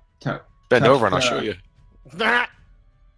Because you were Right. Yeah. So it's I have a belt, and so it's been in the back, like kind of like shoved into my belt around my robe thing. okay. So it's kind of holstered.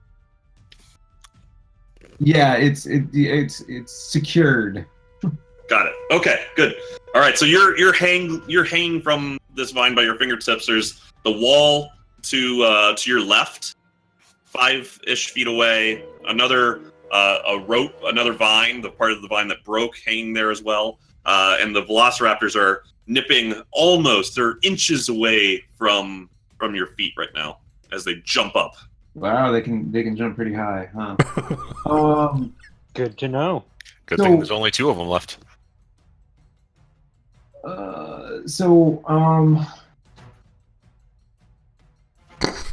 What is survival as a skill?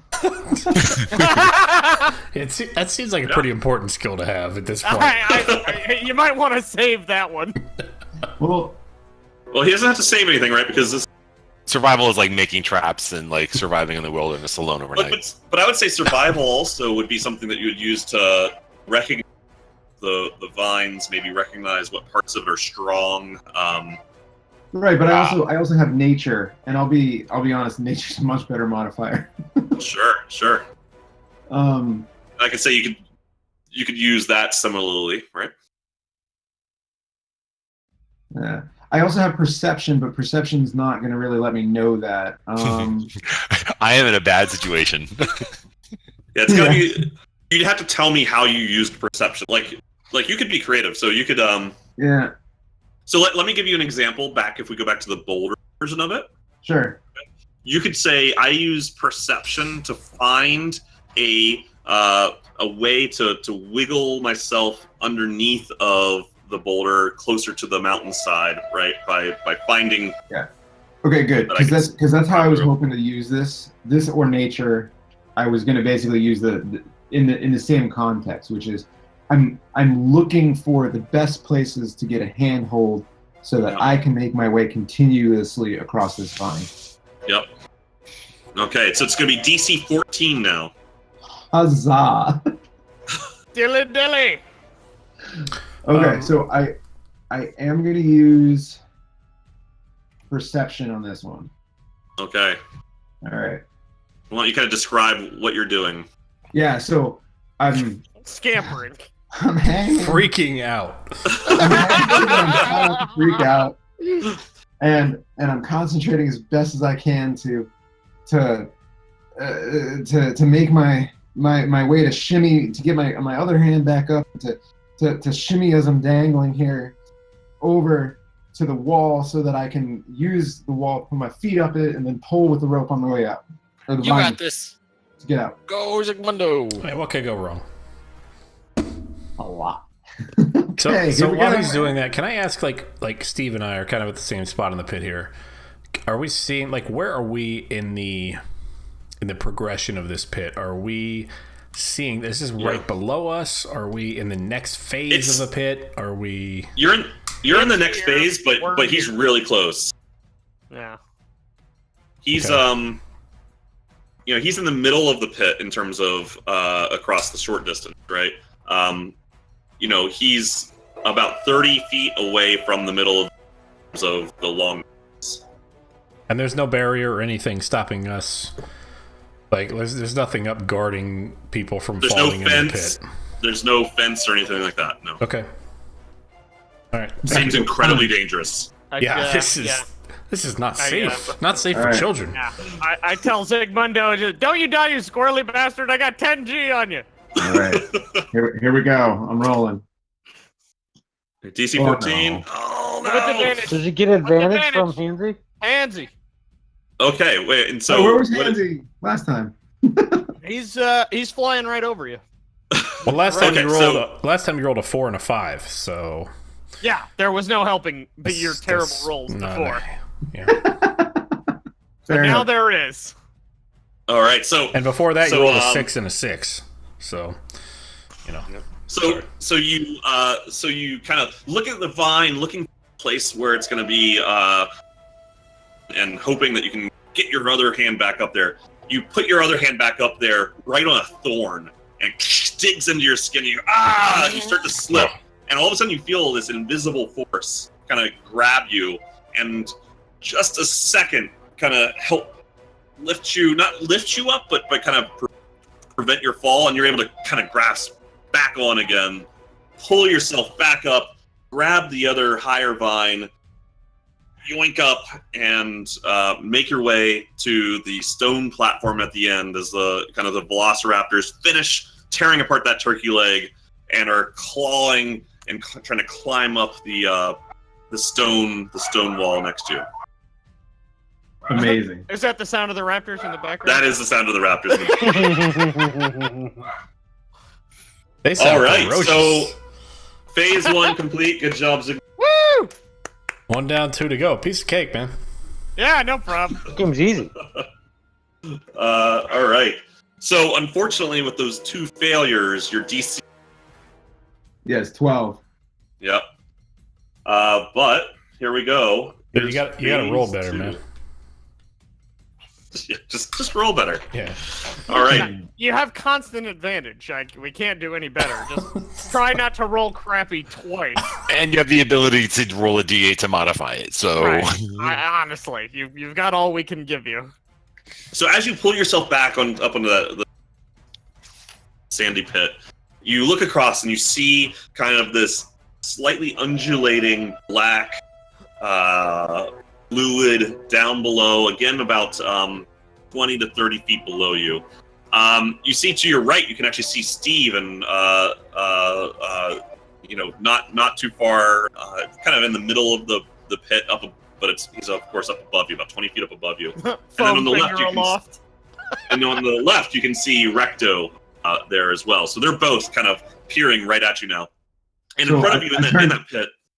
Oops, go ahead. No, go ahead. I turn to Steve and I go, "This is not the first time I battled the lizard on the bridge."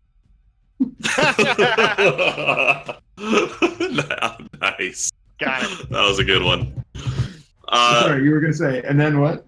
Yeah, so this black pit, you see 4 stone pillars that seem to be they're probably about 6 or 7 feet in I'd say 5-foot radius, right? And they're kind of each positioned across the across this black pit. So presumably one might be able to skip. You want to say hi to everybody? Hi. Hi. Hey, Parker. What up, P man? Who are you? He, What up, P Diddy? they couldn't hear. You couldn't hear.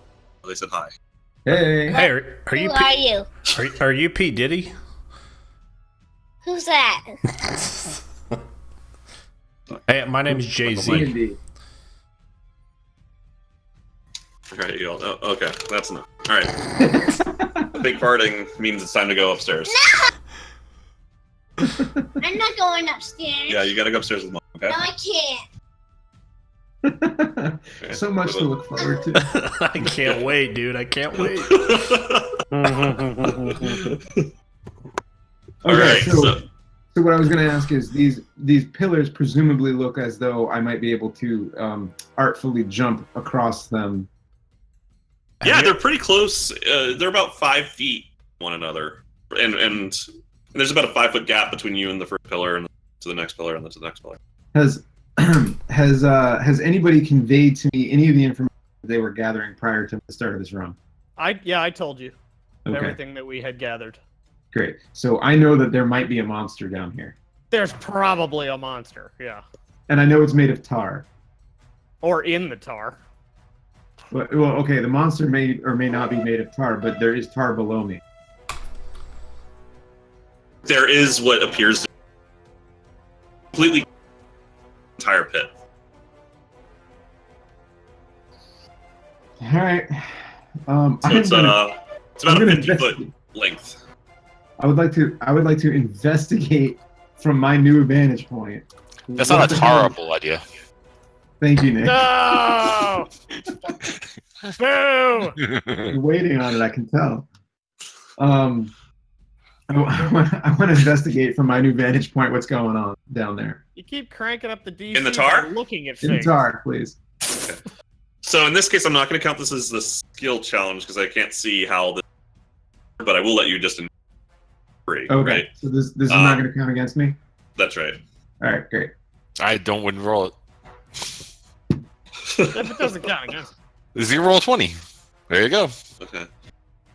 So you see that the tar itself is kind of and undulating in some places, but you see around the second pillar, you can see that the tar seems to be creeping up, kind of in a slow spiral up the pillar itself. I'm sorry, there's tar spiraled up the pillar itself? It seems to be actively spiraling itself up the pillar, like Gotcha. like it's alive and kind of crawling quite slowly up. Okay, very cool. Bye, I would like to jump to that first pillar, please. Okay, so unless you have a better recommendation, I'm DC of 12. Did you say athletics? I'm sorry. I said acrobatics. Typically, jumping would normally be acrobatics, but you could. Okay, we're gonna go with acrobatics. Here we go. It's like DM Mad Libs. Yeah. Oh Jesus. Oh, Christ. 11. 11? Doesn't matter. Okay, so you leap across and you land on the pillar, and you land fine. All of a sudden, you feel the pillar itself is not stable, and the pillar starts to fall forward, crashing into the pillar in front of it. So we're gonna call this a failure. Can I do something? Can you? Sure. You can try. I'd like to turn to Punch Garrod. I'd like to turn to the guy who's been creeping up on me this whole time while we're watching this thing, and I turn him and I shove him back and I say, "If you touch me again, we're gonna have a problem." Why? Go ahead and roll an intimidation check. Fail the intimidation check.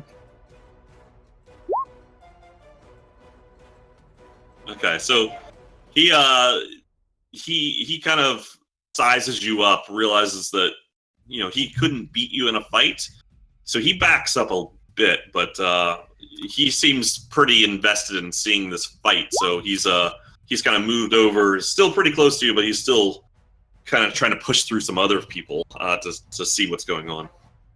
Okay. All right, so Zygmundo, so you kind of landed, hitting the stone column, falling, crashing into the next stone column. Right. And this next stone column's got something crazy going on.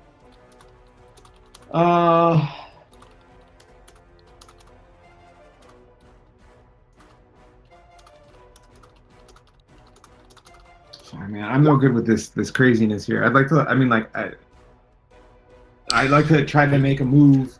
You should get good pretty quick. Yeah. I mean, you really only have two more dice rolls to not have to worry about it anymore. So You're right. One way or the other.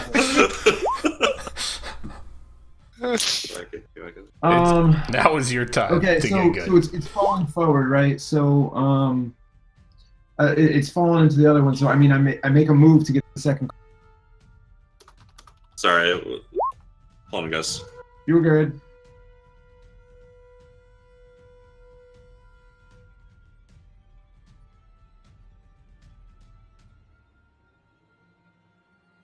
By the way, why is Are your you son? trying to- Why is your family still awake at 11 o'clock at night?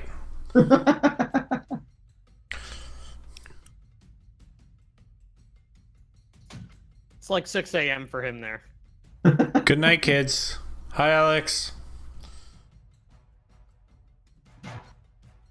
Yeah. Alex said hi. All right. Sorry, Zygmunt. I make missed us look bad. thing. You're fine. I'm gonna use this momentum to try to get myself up. So does the second column look like after it's crashed in that it's also moving? Perhaps. Perhaps. Perhaps. May So some of I this is perceive if it so is? think of this as a bit of a collaborative narrative, right? Where Right, if yeah. you would like to try and make that be a thing that's happening. I would like to know if it is, because if it is, then I'm gonna run at it, encourage it to continue domino falling forward. Okay, so Perceiving? I don't think a perception to. I don't think you could use perception to encourage that to happen, and for that to, like the thing that you're doing should make you progress. If you want to do perception, I would suggest you're looking for something that you're going to use. Okay. Can you guys stop clicking into my spells thing right now? Oh, I know sorry. you're all very interested in what I'm looking at. That's me. My bad. I'll compliment. Great. Appreciate it. I I do not have fly, so we're all pretty. You should Fuck get that yeah. one. That seems handy right now. bet. Yeah. You know what'd be great if you could fly rather than falling into a tar pit like this. Expert would be- Advice. Do you want to borrow offer my that- wings? I offer that advice from the sideline. You should learn how to fly. All right. I mean, like, so. I guess I'm going to use strength here to go bolstering in to try to get like as much energy as possible into that tower and make it knock forward. Okay, so let's do athletics and Okay. reach out and Right. kick the second tower. Heyo. Oh! All right. So you're flying down, kind of like riding the first column, and you reach out and kind of boom kick the second column. You kind of kick and then kind of jump onto it, land, and now the second column is falling forward towards the third column. Now what? Okay. Dude, All ass. don't So- worry about it. He rolled a fucking 17. Just keep hauling ass. So I'm gonna let's see. Right. So I've used those two up. So dexterity, that was acrobatics, and athletics was strength. So those are totally taken away. Just tell him what you want to try to do, and he'll Yeah, like tell I you want what you need to to roll. keep this wave. I just want to keep smashing them into one another to make my way across as fast as possible here. Okay. So generally, we want to try and figure out a different way to do that, using like a different skill. So I would.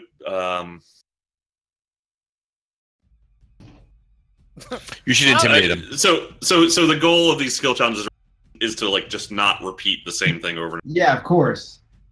I get that. That's why I'm having. When I said I'm having a hard time with this, it's like what I want to do doesn't line up necessarily with my ability to story tell. Like I'm just bad at that. So as you get onto that, You can just. I have one. I have one. If are we? so hold on, Nick, real quick, because I think I want to add something. As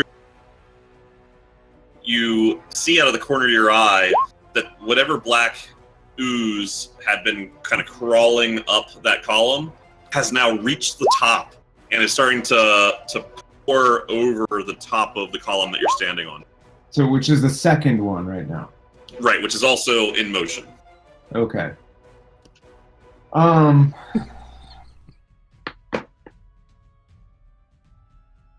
It's like M. Night Shyamalan. Oh my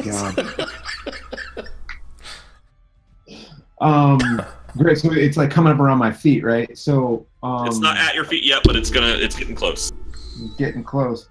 I'm gonna do what I do best, and I'm gonna reach my hand down and let fire come flying out of it. Okay. And I believe that's a spell I get to use. Yep. Which spell are you going to use? Yeah. So how does this get counted? Like, if I use a spell that has a higher roll capability, is that better? Like, what's the DC on this? Or it basically looks at like. So I might give you advantage on something. I might give you a bonus to your roll. So let's talk it through. Generally speaking, using something better is going to be better for you. Right. So let's do Better this. is always better. Let's use. I'm gonna. All right. So I'm gonna use Scorching Ray, which is level 2, and that's 3 rays of fire, similar to Magic Missile, except I believe this is a range attack spell. Right. So I want to do behind me because I'm jumping forward, right? So I want to like blast it behind me, and Afterburner.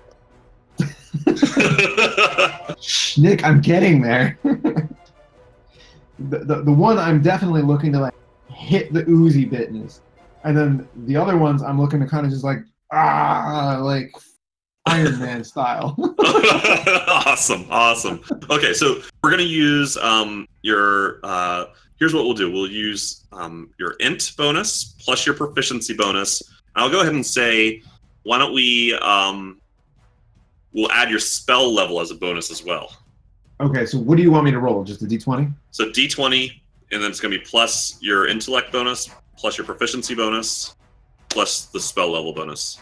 Okay, so spell level bonus. Are we just looking at spell level as a bonus? Yeah, just so 4, right? Can I decide the bonus now, or do I have to decide the bonus? Like, do I decide the bonus after? You have to decide the bonus now. Okay, right. So what spell level are you going to cast it as? So I'm gonna cast it as a level 3. Okay. So that's a plus 3 to your roll. Right, plus 3. And then you said my. Sorry, intelligence. Yeah, so it's going to be d20 plus your intelligence modifier. Plus your proficiency bonus. Proficiency is 3. Okay. Wow. Okay. You know what? I'm feeling pretty good. All right, so I'm gonna just roll that d20 right now. Okay. YOLO. There you go. All right. Well, that's good enough by itself. So Mundo. And moving forward, as I think about this, I think that I might make some changes to this. I might not have it be proficiency bonus and spell level, because that was you were getting plus 10. Yeah, it was plus 9, I think. Yeah. Yeah. Dilly. It's so a flat 15. I mean, what do you want from him? Yeah. No, I know, and that's good. That's good. So that's why I didn't want to take it away from him. But I am kind of just throwing out there. I might Dilly, changes. motherfucker. So as the second column flies forward, this black ooze pudding-like thing kind of flies up and over the column. You shoot your hands back, chanting the magic incantation, and you can hear this as it kind of recedes down the column, and you just kind of slide on 2 feet, Legolas style, onto the third column, which wobbles a bit but doesn't fall. All right. Keeping with this, I'm gonna dash that last gap and make it and try to get over there. Still, dexterity would be the last full one I might be able to use. Yeah. So dexterity is an ability check. Right. So yeah, you I can just use do that independently. Like I can only use an ability once or a skill once. Something like that. Well, Yes, you can use. So if the question is, can you use dexterity? The answer is yes. Okay. And I still have raw strength available to me as well. Yes. Okay. Great. So I'm gonna just.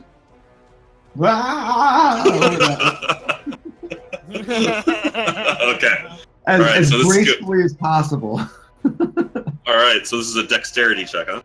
Yeah, dexterity check. DC is 15. Correct. Yay! Oh, but he has advantage, right? Yeah. Got advantage. All right. So Thank God. You leap across, and as you get to the apex of your leap, you look and you realize, oh fuck, I'm not going to make it. And all of a sudden, you feel this invisible force just slam into your back, just like your lower back, kind of just pushing you this way. You kind of land on the edge of the thing, and it catches you right in the gut, and you lose your breath for a second, where you're able to pull yourself back up onto that ledge, and you have made it through the ooze pit. Wow. So as that happens, Recto would like to move his way closer to the end of the run. I'd like to move to where I was as well beforehand. And as Recto does it, he'd like to elbow people, push them out of the way, just be very rude about it. Such a jerk. All right, so Meryl wants to do this next time. Yeah, he wants to be in the pit. Yeah. Next time, punch Meryl people. does executioner's run. Steve would like to enjoy his hot dog. So Squawk would like to enjoy Ricky's hot dog as well. so that what you just said is interesting. We'll get back to it. Okay, so Meryl, you Recto kind of just turns and shoulders his way through the crowd. Women, men, kind of getting jostled in either direction. 5-year-olds, left and right. People are turning around and cursing and chilting at you, and you make your way towards the northeast side. The end cap itself is there's not really spectators there. There's guards there, but you can get close to the corner. Yeah, I'm not trying to get all the way to the corner. I'm just trying to get to a place where I can see Zig do his thing, where if, for instance, I got into a fight and got pushed into the pit somehow, it might be beneficial to Zigmundo. Also, DM, could you give us a sample of Chilton? No. I'll roll persuasion. But I think there'd be something like that. Nice. Nice. My goal is to get the crowd to a point where they're agitated enough to where they're like, if I push them, Don't tell us what your goal is. Okay, all right. Okay. Yeah, Lord knows we never do. All right, so Steve, are you staying in the same spot? Oh yeah, I'm just enjoying my hot dog. I would like to try to stay within 30 feet of him. Okay, you will have to move then because he's. Then I will move, although I'll do it a little more gracefully than my my friend across the way. So Steve, as you move, you're to the front quite as much. You're about 5 feet back at this point. This is like American Ninja Warrior, by the way. Yeah. Most of the crowd has kind of followed Zigmundo, right? And so it's gotten deeper and deeper as you get closer to the end of the run. And some people are getting angry and they're cursing because they didn't expect him to make it as far. And some people have already lost their bets, right? So people are getting rowdy. Not me. I'm buying our supplies. Don't bet against the flames, bitches. It's maybe 8 a.m. and some people Getting, there's other people pushing. So, and Roland, you've kind of moved up to the northeast. Squawk, what are you doing? So I'm going to take to the air again, and we're looking at this, I know because we're looking at different maps. Jabal is where-ish? So Jabal is actually right around the time that Zygmundo got across the wooden rope, the rope bridge. Jabal left the starting area and kind of made his way up to the ending area. He's currently up at the end. Okay, is he looking agitated? So you can't really see him from where you're currently at. Even if I'm Actually, flying? You're flying? Yeah, I'm going to jump into the air because I'm not going to deal with the crowd. I'm just going to fly above. Okay, so you take off and you're going to stay close to the edge of it. Go ahead and make an insight check. Sure. You can't tell Okay. what his mood is. He seems to be playing his cards. I'm guessing pissed. Sounds good. Okay, now that he can't see that, I'm once again going to take a look around the guards to see if they are paying me any attention yet, or are they focusing on Zig and getting invested in that? Yeah. So go ahead and so with your perception, you can tell that again the guards that have that are archers, they do seem to be kind of looking up at your one of the few flying creatures in the area. They've definitely noticed you multiple times now. They're keeping watch. The ones that appear to have more melee weapons, they seem to be really focused more on the crowd, even less so than Zygmundo, although they are, can't help themselves and are glancing down from time to time. Okay, and then just one last thing. Would you say that would I notice if the guards are paying more attention to me or to the archer guards are paying more attention to me or to Zygmundo? They're definitely paying more attention to you. Okay, that's fine. So having noticed that, I want to keep flying around to not to make them pissed at me, but make sure that I'm there still monitoring me.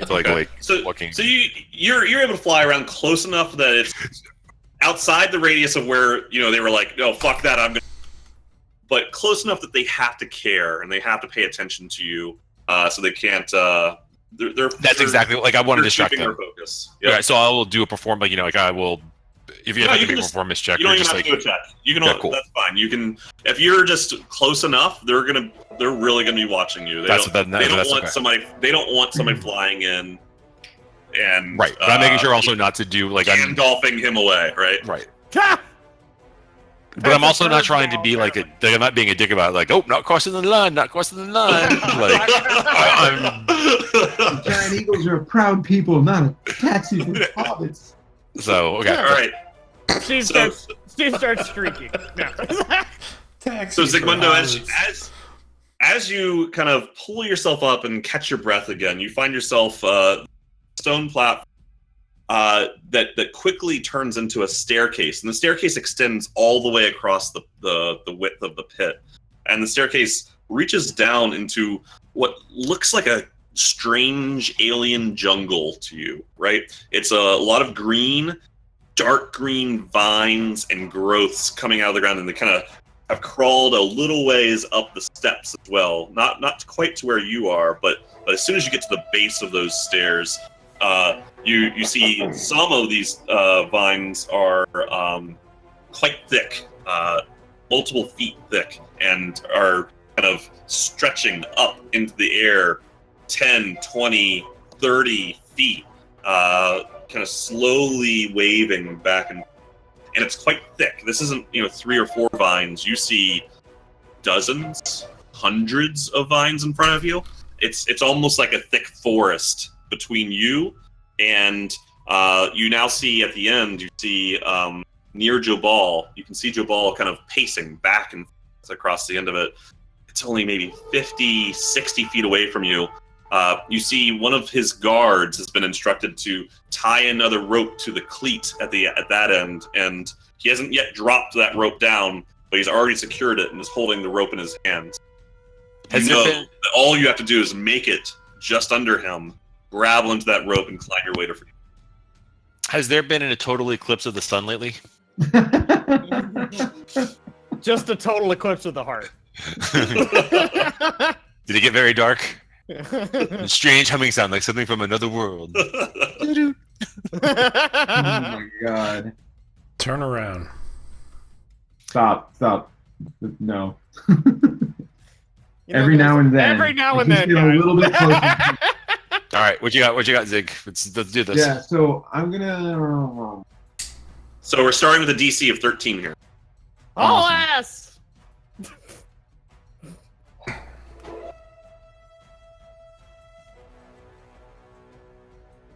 If how far across is it for me to the rope? Probably about 40 to 50 feet. You're still at the top of the steps, but if you were to, just measure the distance, it's about 40 feet, but you still also have to go down the steps to get there. And what's outside the steps again? Beyond, like at the bottom, like The vines. at the base. The vines, of it's like this. Like imagine a kelp forest. Yeah. without the water. Yes. Like a kelp forest without the water. Well Exactly. Yeah. done. Someone watching their aquatic documentaries. Somebody's been watching a Just little Steve's too much attitude. Finding Dory on repeat. I was gonna say, is it documentary or Octonauts? Not on- By the way, Planet Earth 2 now on Netflix as 4K. by the so way, good. it I is gotta super awesome. amazing. You gotta make sure that you have the high def connection though, Oh, because God. it's so good. It's like- ridiculous. I love how David Attenborough says sloth. The three-toed sloth. I watched Alright. that like 6 times just to hear him say it. So okay, this is what I'd like to do, and you tell me how this is gonna work. I'm gonna go down to just above the stairs, or just where the vines are at the bottom of the stairs. And I'm gonna hurl a fireball just straight in front of me, creating a Moses-style canyon. Yeah. And remind me what the radius of a fire. 20 feet. But this is what I want to do. I don't want to have a fireball come crashing in from the sky, because that's not happening. I want to basically like Kamehameha that shit right across. Okay. Yeah, All right, I like so- it. I dig it. All right, so in this case, in what level? I'm going to be casting it at the highest level I have possible. 3. 3? Okay. So here's what we'll do. This is, I think, what my new spell rules will be is it's going to be a d20 plus your int modifier plus 1 plus your spell level. Okay, so plus 1 and spell level, that's 4. My int Yep. modifier is 4, so that's 8. Yep. And that was all the bonuses, right? Yep. Good. Okay, so I have base 8. D20 plus 8. All right. D20 plus 8. Here we go. Yes! Okay, I all didn't right. think Fireball needed an attack roll though. It's special It's- rules. No, it's It's D20. special rules. Okay. Special rules. What we're really checking here is to see what the effect is. This is his skill. He's made this his skill check that he's making. I got you. Yeah. I got you. All right, so you kind of pull your hands back and kind of summon the energy and anger that you feel over all this bullshit, and you kind of you see like a little spark start to create itself in between your hands, and then spins and creates a huge fireball. You push it forward, and it flies out of your hands, burning everything. You can see these vines turn to cinders as it passes through, and hits the side of the wall on the other side, and boosh, creates kind of this shockwave effect as this fire kind of spreads out across everything in front of you. You see many of the tall vines turn to cinder and just collapse. You see a lot of the underbrush clear itself out.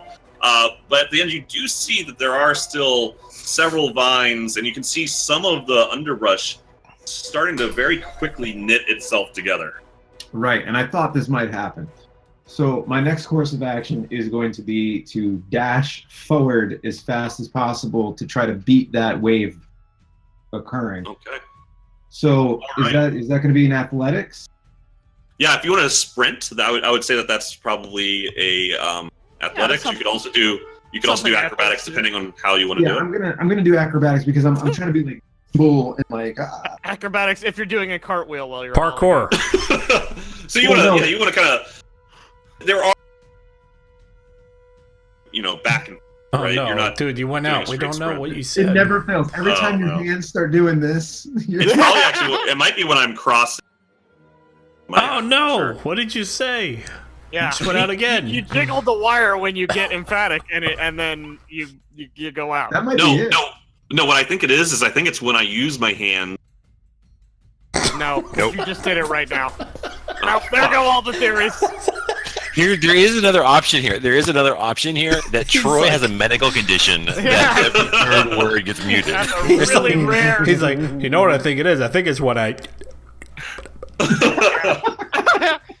Hey Troy, what do you do for Linux? I'm a chief executive. I'm the chief technology. My new theory is super rare speech impediment. Makes sense. It's becoming the most logical. Acrobatics is fine. DC 14. What did you say? 16. 14. 14. There you go. Oh, God! 2 2s. Okay. Dude. Oh, Good lord. I'd like to roll those individually, please. Who rolls 2 Okay, so- 2s? I bet on the hard 2, by the way. Do I get money for that? Do I get gold for that? So the hard as 4? you start to run across and you're dodging back and forth between these vines, you see that the undergrowth has knit itself back together in seconds. And now you see that some of that undergrowth has started to wrap itself around your leg. And it's starting to tug on you. And you now realize that you're going about speed. This would mechanically be considered difficult terrain. So it's really slowing you down and kind of grasping at you. And some of these twigs and little small vines are going all the way up your legs, trying to grasp even ever tighter onto you. Okay. I'm gonna take this opportunity to grab my decanter of endless water, and I'm going to spray it in the geyser pattern, and then I'd like to hit it with Ray of Frost because it's secondary action. But you tell me whether I can do that because that's actually 2 actions. So I'll let you do it, and here's what I'll. Is the decanter not a use- bonus action? it is a bonus action. So I'll let you use normal rules for the Ray of Frost, and I'll give you a +1 that for the use of the decanter. Okay. So that's my int +1 plus spell level plus another 1. Yep. Okay. So spell level at this juncture is going to be 2 plus a 3. That's a 4. Plus my int is 4, so we're back at 8. Okay. Okay. All right. That's it. DC 15. You got it. With help. This is Good critical. call. This is absolutely No, necessary. yeah! Oh my god, he rolled a fucking 20. Whoa! Oh god. You frostbite your own leg off. No. Stu's Okay. No, he frostbites Joe Ball's leg off because he rolled a 20. his dick turns black from the edge of the pit. Or at So least his ball's a little blue from being so excited. so as you tug forward, kind of breaking free of the grasp of this undergrowth, you pull the decanter out, pop the top, spray it all over 2 humongous vines in front of you, cast your Ray of Frost, they freeze up to the top, and all of a sudden you see this large vine, probably 5-10 feet in diameter. This thing's humongous. What? Bring itself up out and swing forward and crash through those vines. They shatter Sounds like overcompensation. I'm just saying. And it starts to lunge towards you. So this super large tree trunk is coming right at me. Is that what you just said? That's right. Lunging towards you. Oh man. I'll just use fly. And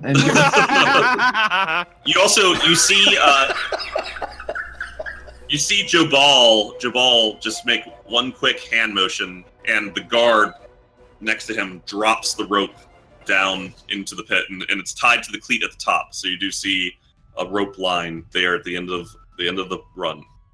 All right.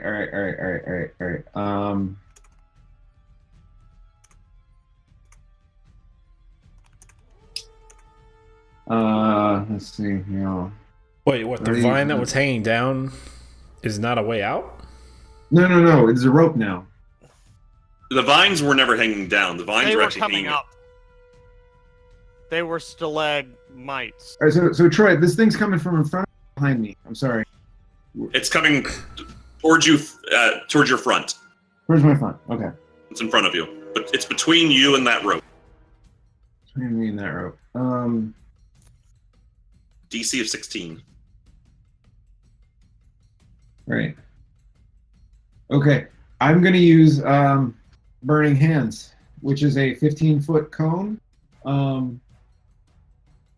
So 15-foot, bam, lots of fire. I have the ability to cast it at, I guess what's left is a level 2. And what I'd like to do is just kind of like, just be like, wah, through the center of it to like fire it so it goes away. Okay. So you'd like to kill it with fire. This is fine. So this is a DC 16.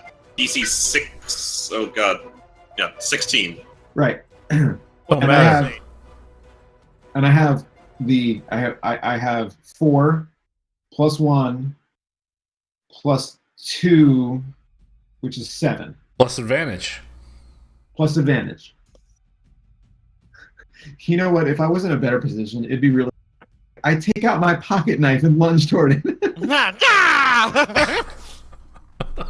gonna do that though. I'm gonna roll plus 7, and I roll intimidation on the tree. Wow! Whoa! Zigmundo's throwing rocks. Whoa! All right, so you run forward. This creature, this humongous plant creature, reaches up and over you. It's probably 15 plus feet tall. It's enormous. You just put your hands forward. Your hands light up. You burn a huge hole right in the center of it and rush forward. And you can feel it rebuilding itself right behind you. You glance over your shoulder and you see that it's, by the time you've broken out of it, it's already reconstructed. And you see it doesn't even turn around. It just shifts its face. It's kind of unnatural plant face through its body to turn around and look at you, and kind of makes a soundless, roar with its plant mouth. Rushes at you. You run. You fucking book it. You're pulling yourself out of these weeds that are grasping at you. Right as it's about to get you, you grab onto that rope. The guards pull you up. You crest over the edge, and huzzah! Everybody starts. Dilly Dilly, motherfuckers. I go collect my money as soon as possible. Zigmundo has made it through. Yay! Well the trial of Zigmundo is complete. Let's use those winnings to buy supplies and get the fuck out of town. Get the fuck out of town. So you reach the top. Everybody's roaring. Jobal approaches you, emotionless. Right? You're surrounded by guards. He walks up to you, kind of looks at you, looks down at the pit, and just sticks his arm out and says, "You are a free man." Is his arm out to shake my hand, or Yeah, just to like, he wants to do a warrior's clutch. So I clasp his hand, and I say, "Thank you very much. I'll be going now." And he says, "Not quite yet."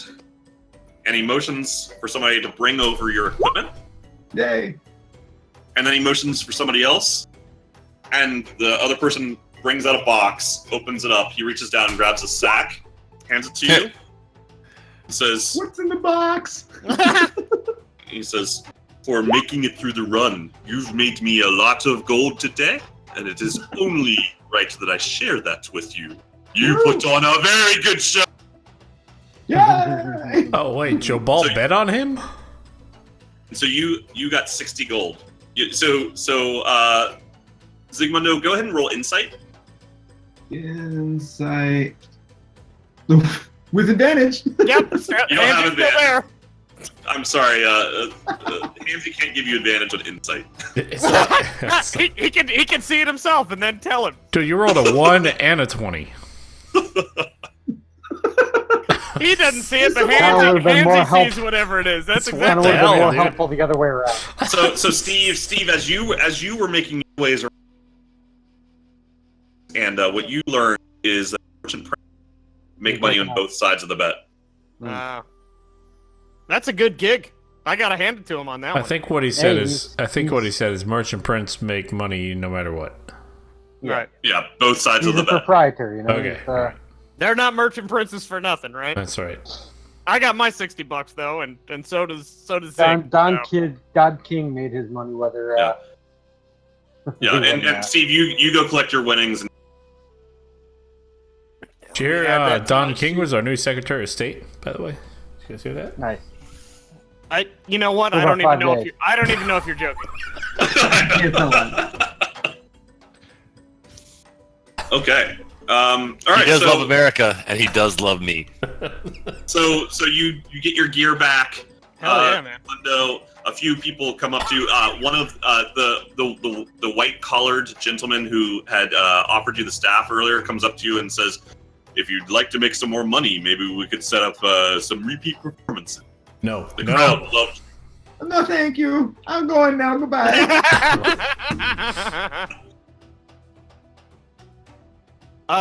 By the way, I mean, I know we'll probably be ending soon, but sooner or later we should look in that spell book that he got and find out what's in there. Let's get the hell out of town first. We never have read it. Let's just get the hell out of town first. Yeah, let's. Troy, how much supplies do you guys want to buy? Like a month? We don't know. We gotta talk. So yeah, we need to. Troy needs to kind of tell us, like, he's got some new plans right. on how he wants to deal with that. So Because I just want to. On page 3, there's fly. We just So you guys pay you guys whatever are it costs. you guys meet up at the end of Executioner's Run. You're able to rejoin Zigmundo. There's no guards looking at him. He seems, by all appearances, to be a free man. It's probably 10 a.m. Let's go find Iku, buy whatever supplies we need, and get the hell out of this place before we take a find long a way rest. to kill ourselves. We just we did. just Everyone- had a know. long rest. Kidding. Yeah. Kidding. Oh, okay. And Zigmundo, though, please do mark off the spells that. I already have. Don't worry. Okay. I was keeping track. I'd like to break into a Kene office house. No.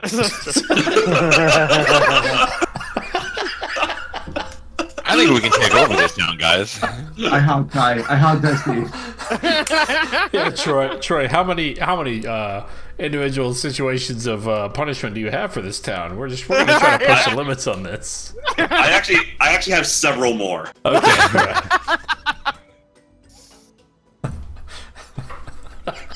You guys almost went to the Colosseum, but I thought that would be too much like Hiller's one shot. We would like to investigate the history and the museums of this town. So, Troy, if you're available to tell us about that. No, let's get the fuck out of this. Yeah, let's buy our supplies and head into the jungle. Can we just get moving with this module, please? Yeah. Here's the only thing we need to decide. What are we heading into the jungle to do? Look around, find these ruins that get us to the ship. Did we decide who we were going to have take us into the jungle? Iku. And right. She's actually been hired. I hired her. No, you did not. No, I went out by myself, right? No, you did. And then she wasn't there. She was not there. It was nighttime. She was there or not there or asleep or something, and you did not hire her. Okay, fair enough. So I would suggest that we try to find the ruins that the guy wants to get the ship as our goal. Well, we can ask around too, because we don't know if that's going to be just a checking every block type of scenario. Well, I mean, obviously we're headed out to find whatever's killing Death, but we don't know where it is, so we might as well do something else while we're doing that, right? Oh, we'll see. We'll ask around. She's got the knowledge. We're hiring her because she's smarter than us. We've got a few places to check in the jungle on our way. Yeah, but she's gonna ask us, where do you want to go? So what do we tell her? Well, we'll tell her everything that's going on, and she can let us know more information about it. Okay, that works. I don't think it's right to make any kind of decision. No, that works for me. She used to hang out at the temple, right? The Temple of Tamora. That's where she was frequently. That's right. All right, let's head there. Steve suggests they head to the temple to hire Iku and get the fuck out of town. Let's roll. Yep. I would second that. Okay, so you guys walk. Oh, by the way, nice job, Zig. Yes, well done. Well done. I really thought there was a pretty good likelihood of you dying. So did I. Well, if it wasn't for Hansy helping him out. Hansy, you would have died. Like the failure scenarios for each of those three rooms, not good. And I think it's like his rolls were so bad that even using a bardic inspiration wasn't going to help because he had to roll like an 8 to help to get it. Like it was. The bad ones were so bad. They're like, you rolled 2 4s. It'd be like, well, shit. There's nothing you can do. So you guys head back into the city, head to your right to the east, following the directions to what's called Malar's Throat. As you approach the gate that leads to Malar's Throat, you think you realize why it's called that, because you see that instead of a normal city gate, you're walking through the skull of an enormous dinosaur. Ooh. That's probably cool 40 plus feet tall. And so you walk right through the open jaws of this creature. Is there some medieval version of a selfie I can take right now? There's not. Okay. Where is this? Remember it. Malar's Throat. Yeah, so that gate right there would be the my Firefox just crashed. Hang on. Yep. It's okay. You don't need to know. All right, let's keep going. So you guys walk into Malar's Throat, which is much like Old City and Tiriki Anchorage, rundown. It's quite poor. Shanties, some abandoned buildings. You see the residents kind of roaming the streets are some people just look down on their luck, quite poor. Others look like maybe they're a bit unsavory and up to no good. And right in the middle of Malar's Throat, you see an enormous blockhouse. It's very square, very right-angled, made of huge, heavy gray stones, and it's very clear from the directions you were given. This is the Temple of Timora. And Steve, you've already been here once, so you know the entrance. You guide everybody towards the entrance. Walking inside, you see that it's not particularly busy, but there are a few people roaming about. And after asking around for a moment, you are introduced to Iku, who just... Okay, so I say, Iku, we're very pleased to make your acquaintance. We've had some experience with Jobal, and we would like to hire you as a guide, buy whatever supplies you think are necessary, and head out in the jungle post-haste. Okay, so you introduce yourself, and you see that she was praying. And after a few moments, she kind of finishes her prayers without having responded to you, stands back up, and turns to you and says, Jobal, I am no friend of Jobal, but Yeah, me neither. he runs the guild in which I am forced to pay ohms to. So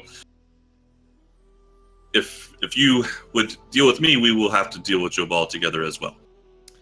Well, he said it was fine to talk to you and hire you.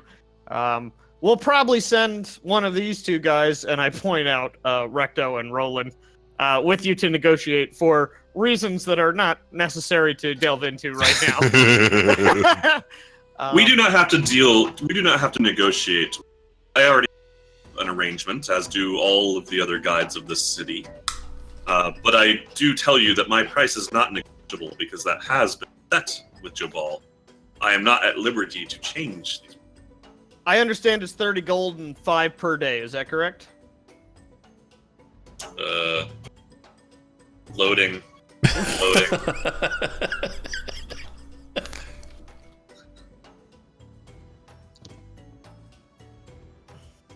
Iterating splines. 5 gold per day, 30 days up front. Okay, so that's 180 gold. And she kind of winks at you and says, huh? Ooh, giggity giggity. What's that now? What did she say? She implied that you must be very smart. I am very smart. I also know that between the 5 of us, that as soon as I get my calculator, I can find out how much we all owe. My mystical math machine of Xanthar here. That's like 80 by 5. Everybody owes 36G. Take it off your sheets. So she tells you that that this payment will cover 30 days of her time. But she asks, in order to know how much time of hers you need, she would like to understand where you plan. Oh, it's almost like she wants to know where we want to go. Okay. That's weird. That's a weird question for a guide to ask. Well, let's tell her what we've got working on. Troy, we're seeing the whole map. Oh, Yeah. There's no fog of war on that. Yeah, it's like I couldn't memorize it, but I was greatly tempted to. Also, it's been recorded, so if you want to go check it on Twitch. Right, I mean, like, let's find out how far away my guesses were. far. So, yeah. Should we tell her we're in general looking for a giant castle in a crater, but we'd also like to investigate Umgalore and Mangalore or whatever they were? So there's a few things as the person who actually takes notes on where we're trying to go. Okay. Lay it out. One is the ruins of Mabala, which is where Cinder died, and told us that she died there. There were flying creatures. There was something else there that caused her to die. And we're not sure what it was. There was also a shield guardian that was given to us. The location was told to us, though we don't know what it was on the map, I guess. But I'm trying to go back through our notes. But and we don't know where its control stone is. Right? You can see it. It's right here. Well, we know where the shield guardian is. Yeah, we know where the shield guardian is. We don't know where the control stone is. That's the problem with that one. And then the ultimate goal is to find the what we think is probably a lich that's causing this death curse that's happening. Right. And so that's why we're going out to the jungles of Cholt. Should we start out from Mbala and check out that scene to start with? It seems like it's pretty close. Yeah, I mean, I'm good with that. Whatever. Mm-hmm. Guys, party. Yeah. Where was it? I'm sorry. I'm looking at the map. Mbala is here. Oh. What It's do like- we know what the individual marking? Assuming mine, but like what are some of these? Well, You don't know yet. This would be the River Teriki. This is Camp Righteous. Wow. Thanks, man. I know. Yeah, I'm This I'm is good at where we reading buy maps. Steve's body. The skull and crossbones. You don't know what that's. Okay. Probably pirates. Seems piratical. Good word. So, yeah, do you want to head to everybody? I think we're good to at least start with Umbala, and how long do we want to hire her? Yeah, well, I mean, we're good for a month right now, right? Until A she month. gets eaten by whatever's out there in the jungle, to be honest. Right. Yeah. We'll go a month and then hire her until she Yeah, gets. let's not give her too much of our gold. Yeah, no, that's good. So, I would ask her expertise to know how many and what kind of supplies to buy for the month that we have contracted her. So first, because you guys talked amongst yourselves as players, I would say. But Yes. what do you tell her when in response to her asking where would you like to go? That we'd like to start with Umbala and see where we are from there. Her eyes grow wide when you say Mbala. And she says, Mbala. Our paths align, friends. I will absolutely guide you to Mbala. I have my own desire to go there. I tell her we can offer bodyguard services for a modest fee of 2 gold per day. Oh, I like that a lot. I do too. Oh, She tells you that the such an arrangement cannot be negotiated. Jobal would not allow it. If Well, I let her know we're not asking you for a discount on your guide services. We're just letting you know that we would be happy to protect you should adversity find us for 2 gold per day. she considers this and says, no, this cannot be done. But what I will do, because you go to Mbala, is I will pay for my own supplies. I will pay for my own rations. You will not have to keep after me. You can feed yourselves. I will feed my, and I will show you the way. All right. I think that's fair. What do you guys think? yeah. Just go. Okay. Let's just go. I just want to get the fuck out of here. Let's get the fuck out. How much does it cost us for supplies? And let's leave town. Okay, so so what she recommends is that you buy a canoe. Because if you're going to Mbala, We'll she go down recommends the river here. that you take the river Soshantar. She recommends that you buy 8 gourds of insect repellent. Because the jungles Hey, get man. thick with insects. Sure. That seems fair. Yep. And some netting, I would imagine. So actually, as I go through, so I don't know. You want to just give us the total tally? No, I'll tell you one line, kind of line by line, because you might want to adjust some. All right. So a canoe, which isn't really adjustable, is 50 gold. That can carry up to 6, which there are exactly 6 of you, including Iku. Iku, right. So if you can buy just one, or you could buy 3. Just want to be fine. We don't want to do a lot of extra portage, right? Mm-hmm. Right. Okay. So 8 gourds of insect repellent should cover you for a 30-day trip. You say gourd? Yeah. Yeah, it comes in gourds, man. So it comes Sounds in. like How do you gourd. buy your Yeah, so what is your insect repellent? I go to Lowe's and I buy a fucking can of it. I don't know what you're talking about. What is a gourd? I don't know like the melon gourd. like thing, Yeah. like hollowed out, filled Like with you see liquid at Halloween. Right. How much is 8? Yeah, we all know what a gourd is. Meryl doesn't. It's I don't. 1 gold per gourd. I don't know what a gourd is. So Honestly, that's I do 8. not.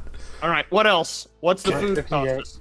How much dino meat do we so- have to buy? So first she's going to recommend you, and so she would recommend a rain catcher for that.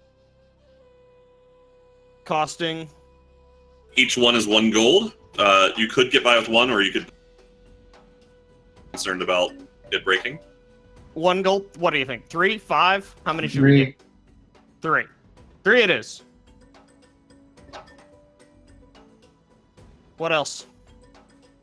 So for rations, if you wanted 5 people, then it's going to be 150 rations, which for 30 days, right? Yeah.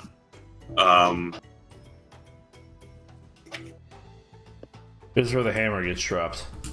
I know, right? The food. Which would be 75 gold. Total? That's no problem. Total. Between 5 of us. Yeah, okay. Hold on, Alright. I might have questions with the food because I have skills that can create food. He could turn into food and then eat himself. So is that a problem or? Temporary hit points and all. Well, I would suggest we buy the month's worth, and then if we decide to stay out there, use your skills. Well, here. I have a level 1 ability called Goodberry. Eating one berry, I summon 10 of them. Eating one berry restores 1 hit point. Then the berry provides enough nourishment to sustain a creature for 1 day. Okay, so 0? You guys just want to eat good berries? I'm fine with that. But you have to use a spell slot for that, right? Every day. Yeah, but I Alright, rest at well, night. So that comes down that comes down to DM. Like, how does he want to handle that? Because you get down to exhaustion rules and things like that. No, good berries are sufficient. If your characters are willing to eat good berries every day. What if we lose our druid? I'm just throwing this. I know druids are OP, and that's never going to happen. I mean, takes him. just I would saying. say, Or It does even take a spell slot, or even it separate. does, but we'll be sleeping at night, so I should be able to. but you still are going to have 1 spell minus. Like, Yeah, but I have 4. I have 4 spell slots to create 10 good berries. I have to use 1 spell slot a day to feed everybody. I'm just saying this is 15 gold So within per 4 person days, to do. I feel like that's Why kind don't, of why don't we buy half rations and then eat half gold half. Okay. berry? I say we just So- pay for the food and let the druid use the spells for things that are a little more necessary. Yeah, it's there's what it is. It's a level 1. I get 4. I get 4 of those per long rest. Yeah, but And wait. This is. Can I? No. I guess I can't with good berry. Cure wounds is also a level 1, and I feel like we're gonna need that a lot more than we're gonna need good berry. yeah. Yeah, but Cure Wounds isn't going to do dick at level 1. It's gonna There you it's go. You don't have gonna hit points, you'll it's die gonna the next revive people who are unconscious. Right. And we'll desperately need that because we cannot have You can shove good berries in people's mouths too. By the way. That's actually a fair point. Okay. You get 10 of them. Let's just vote, guys. Up or down. I don't care. I don't care what we do, but I want to put this out. No, it's good to No, have that's the a great option. spell. Yeah, That's a great yeah, spell. I don't really give a shit what we do. That's a great spell. I can create water too if that's going to be a cost. I can do 10 gallons. Recto votes to just buy the rations. I think half rations, but I am concerned we're in the fucking jungle. Andrew, I was on for half rations. Nick. Squawk is unfamiliar with this concept of spending money to buy food. Okay, fair enough. I'll go in on the half as well. So 7.5 gold for each of us then for 32.5 rations. On our travels, will we get a long rest every 4th day? Definitely. Not necessarily. Okay. So we'll How would talk the about resting work then? Because that does determine. Yeah. So for long rest, and I'll talk about this more next week as you guys are in the jungle, get into the jungle. You think we're getting to the jungle next week? We better get in the fucking jungle next week. I got some things I still got to do in town. These people were pushing me while we were watching the. Oh my god! But generally, it's hard to rest in the jungle. So depends on where you're trying to camp and to what degree you've set up camp. But like just sleeping, say, on the ground in the middle of the jungle, that's more of a short like scenario. Except if you're an elf. Who only needs who needs a 4-hour trance, and that's it. Yeah. So let's finish the supplies so I have the accounting for next week. Yeah, I guess we can decide if we're gonna do full rations or half offline too. Which is another reason I say we buy the rations, because we bought half rations. Goodberry is something we can always do if we need to. But rations are not something we can always do if we need to. Let it go, man. We bought half. All right. This has been litigated and voted on. Let's finish off the count of what we need. So I've got the gold to put into everybody, tell everybody what they owe, and then we'll get out of town. Fair enough. What else, Troy? That's all that EQ recommends. Says, basically she tells you that these are the provisions that she believes that we will need as just exploring, right? Okay. But if you have other needs as adventurers, that's up to you. I ask her how much you get for winning a dino race around here, just out of curiosity. She tells you that she does not participate in games Okay, or games of skill. Fair enough. I asked how much it would cost to send a significant message to Jabal to tell him to suck it. Significant message. You make it nice. She smiles and she says, "I'm sure that you could find somebody here in Malar's Throat to be willing to deliver that message, but the price would be high because the penalty would be death." To tell him to gold? suck it, he would kill you? Really? He'll literally kill the messenger. That seems harsh. Who is Joe Ball's greatest competitor in this town? Guy wants to cut off somebody's head for sneaking. Yeah. What do we know about this guy? He's willing to spend all night in a cast full of wizards who wandered around his front yard. I'm just asking. I'm not going to do anything. I'm just asking who his biggest competitor is. That's all. Who his biggest competitor is? Yeah. Who is his biggest threat in this town? All the other merchant princes, probably.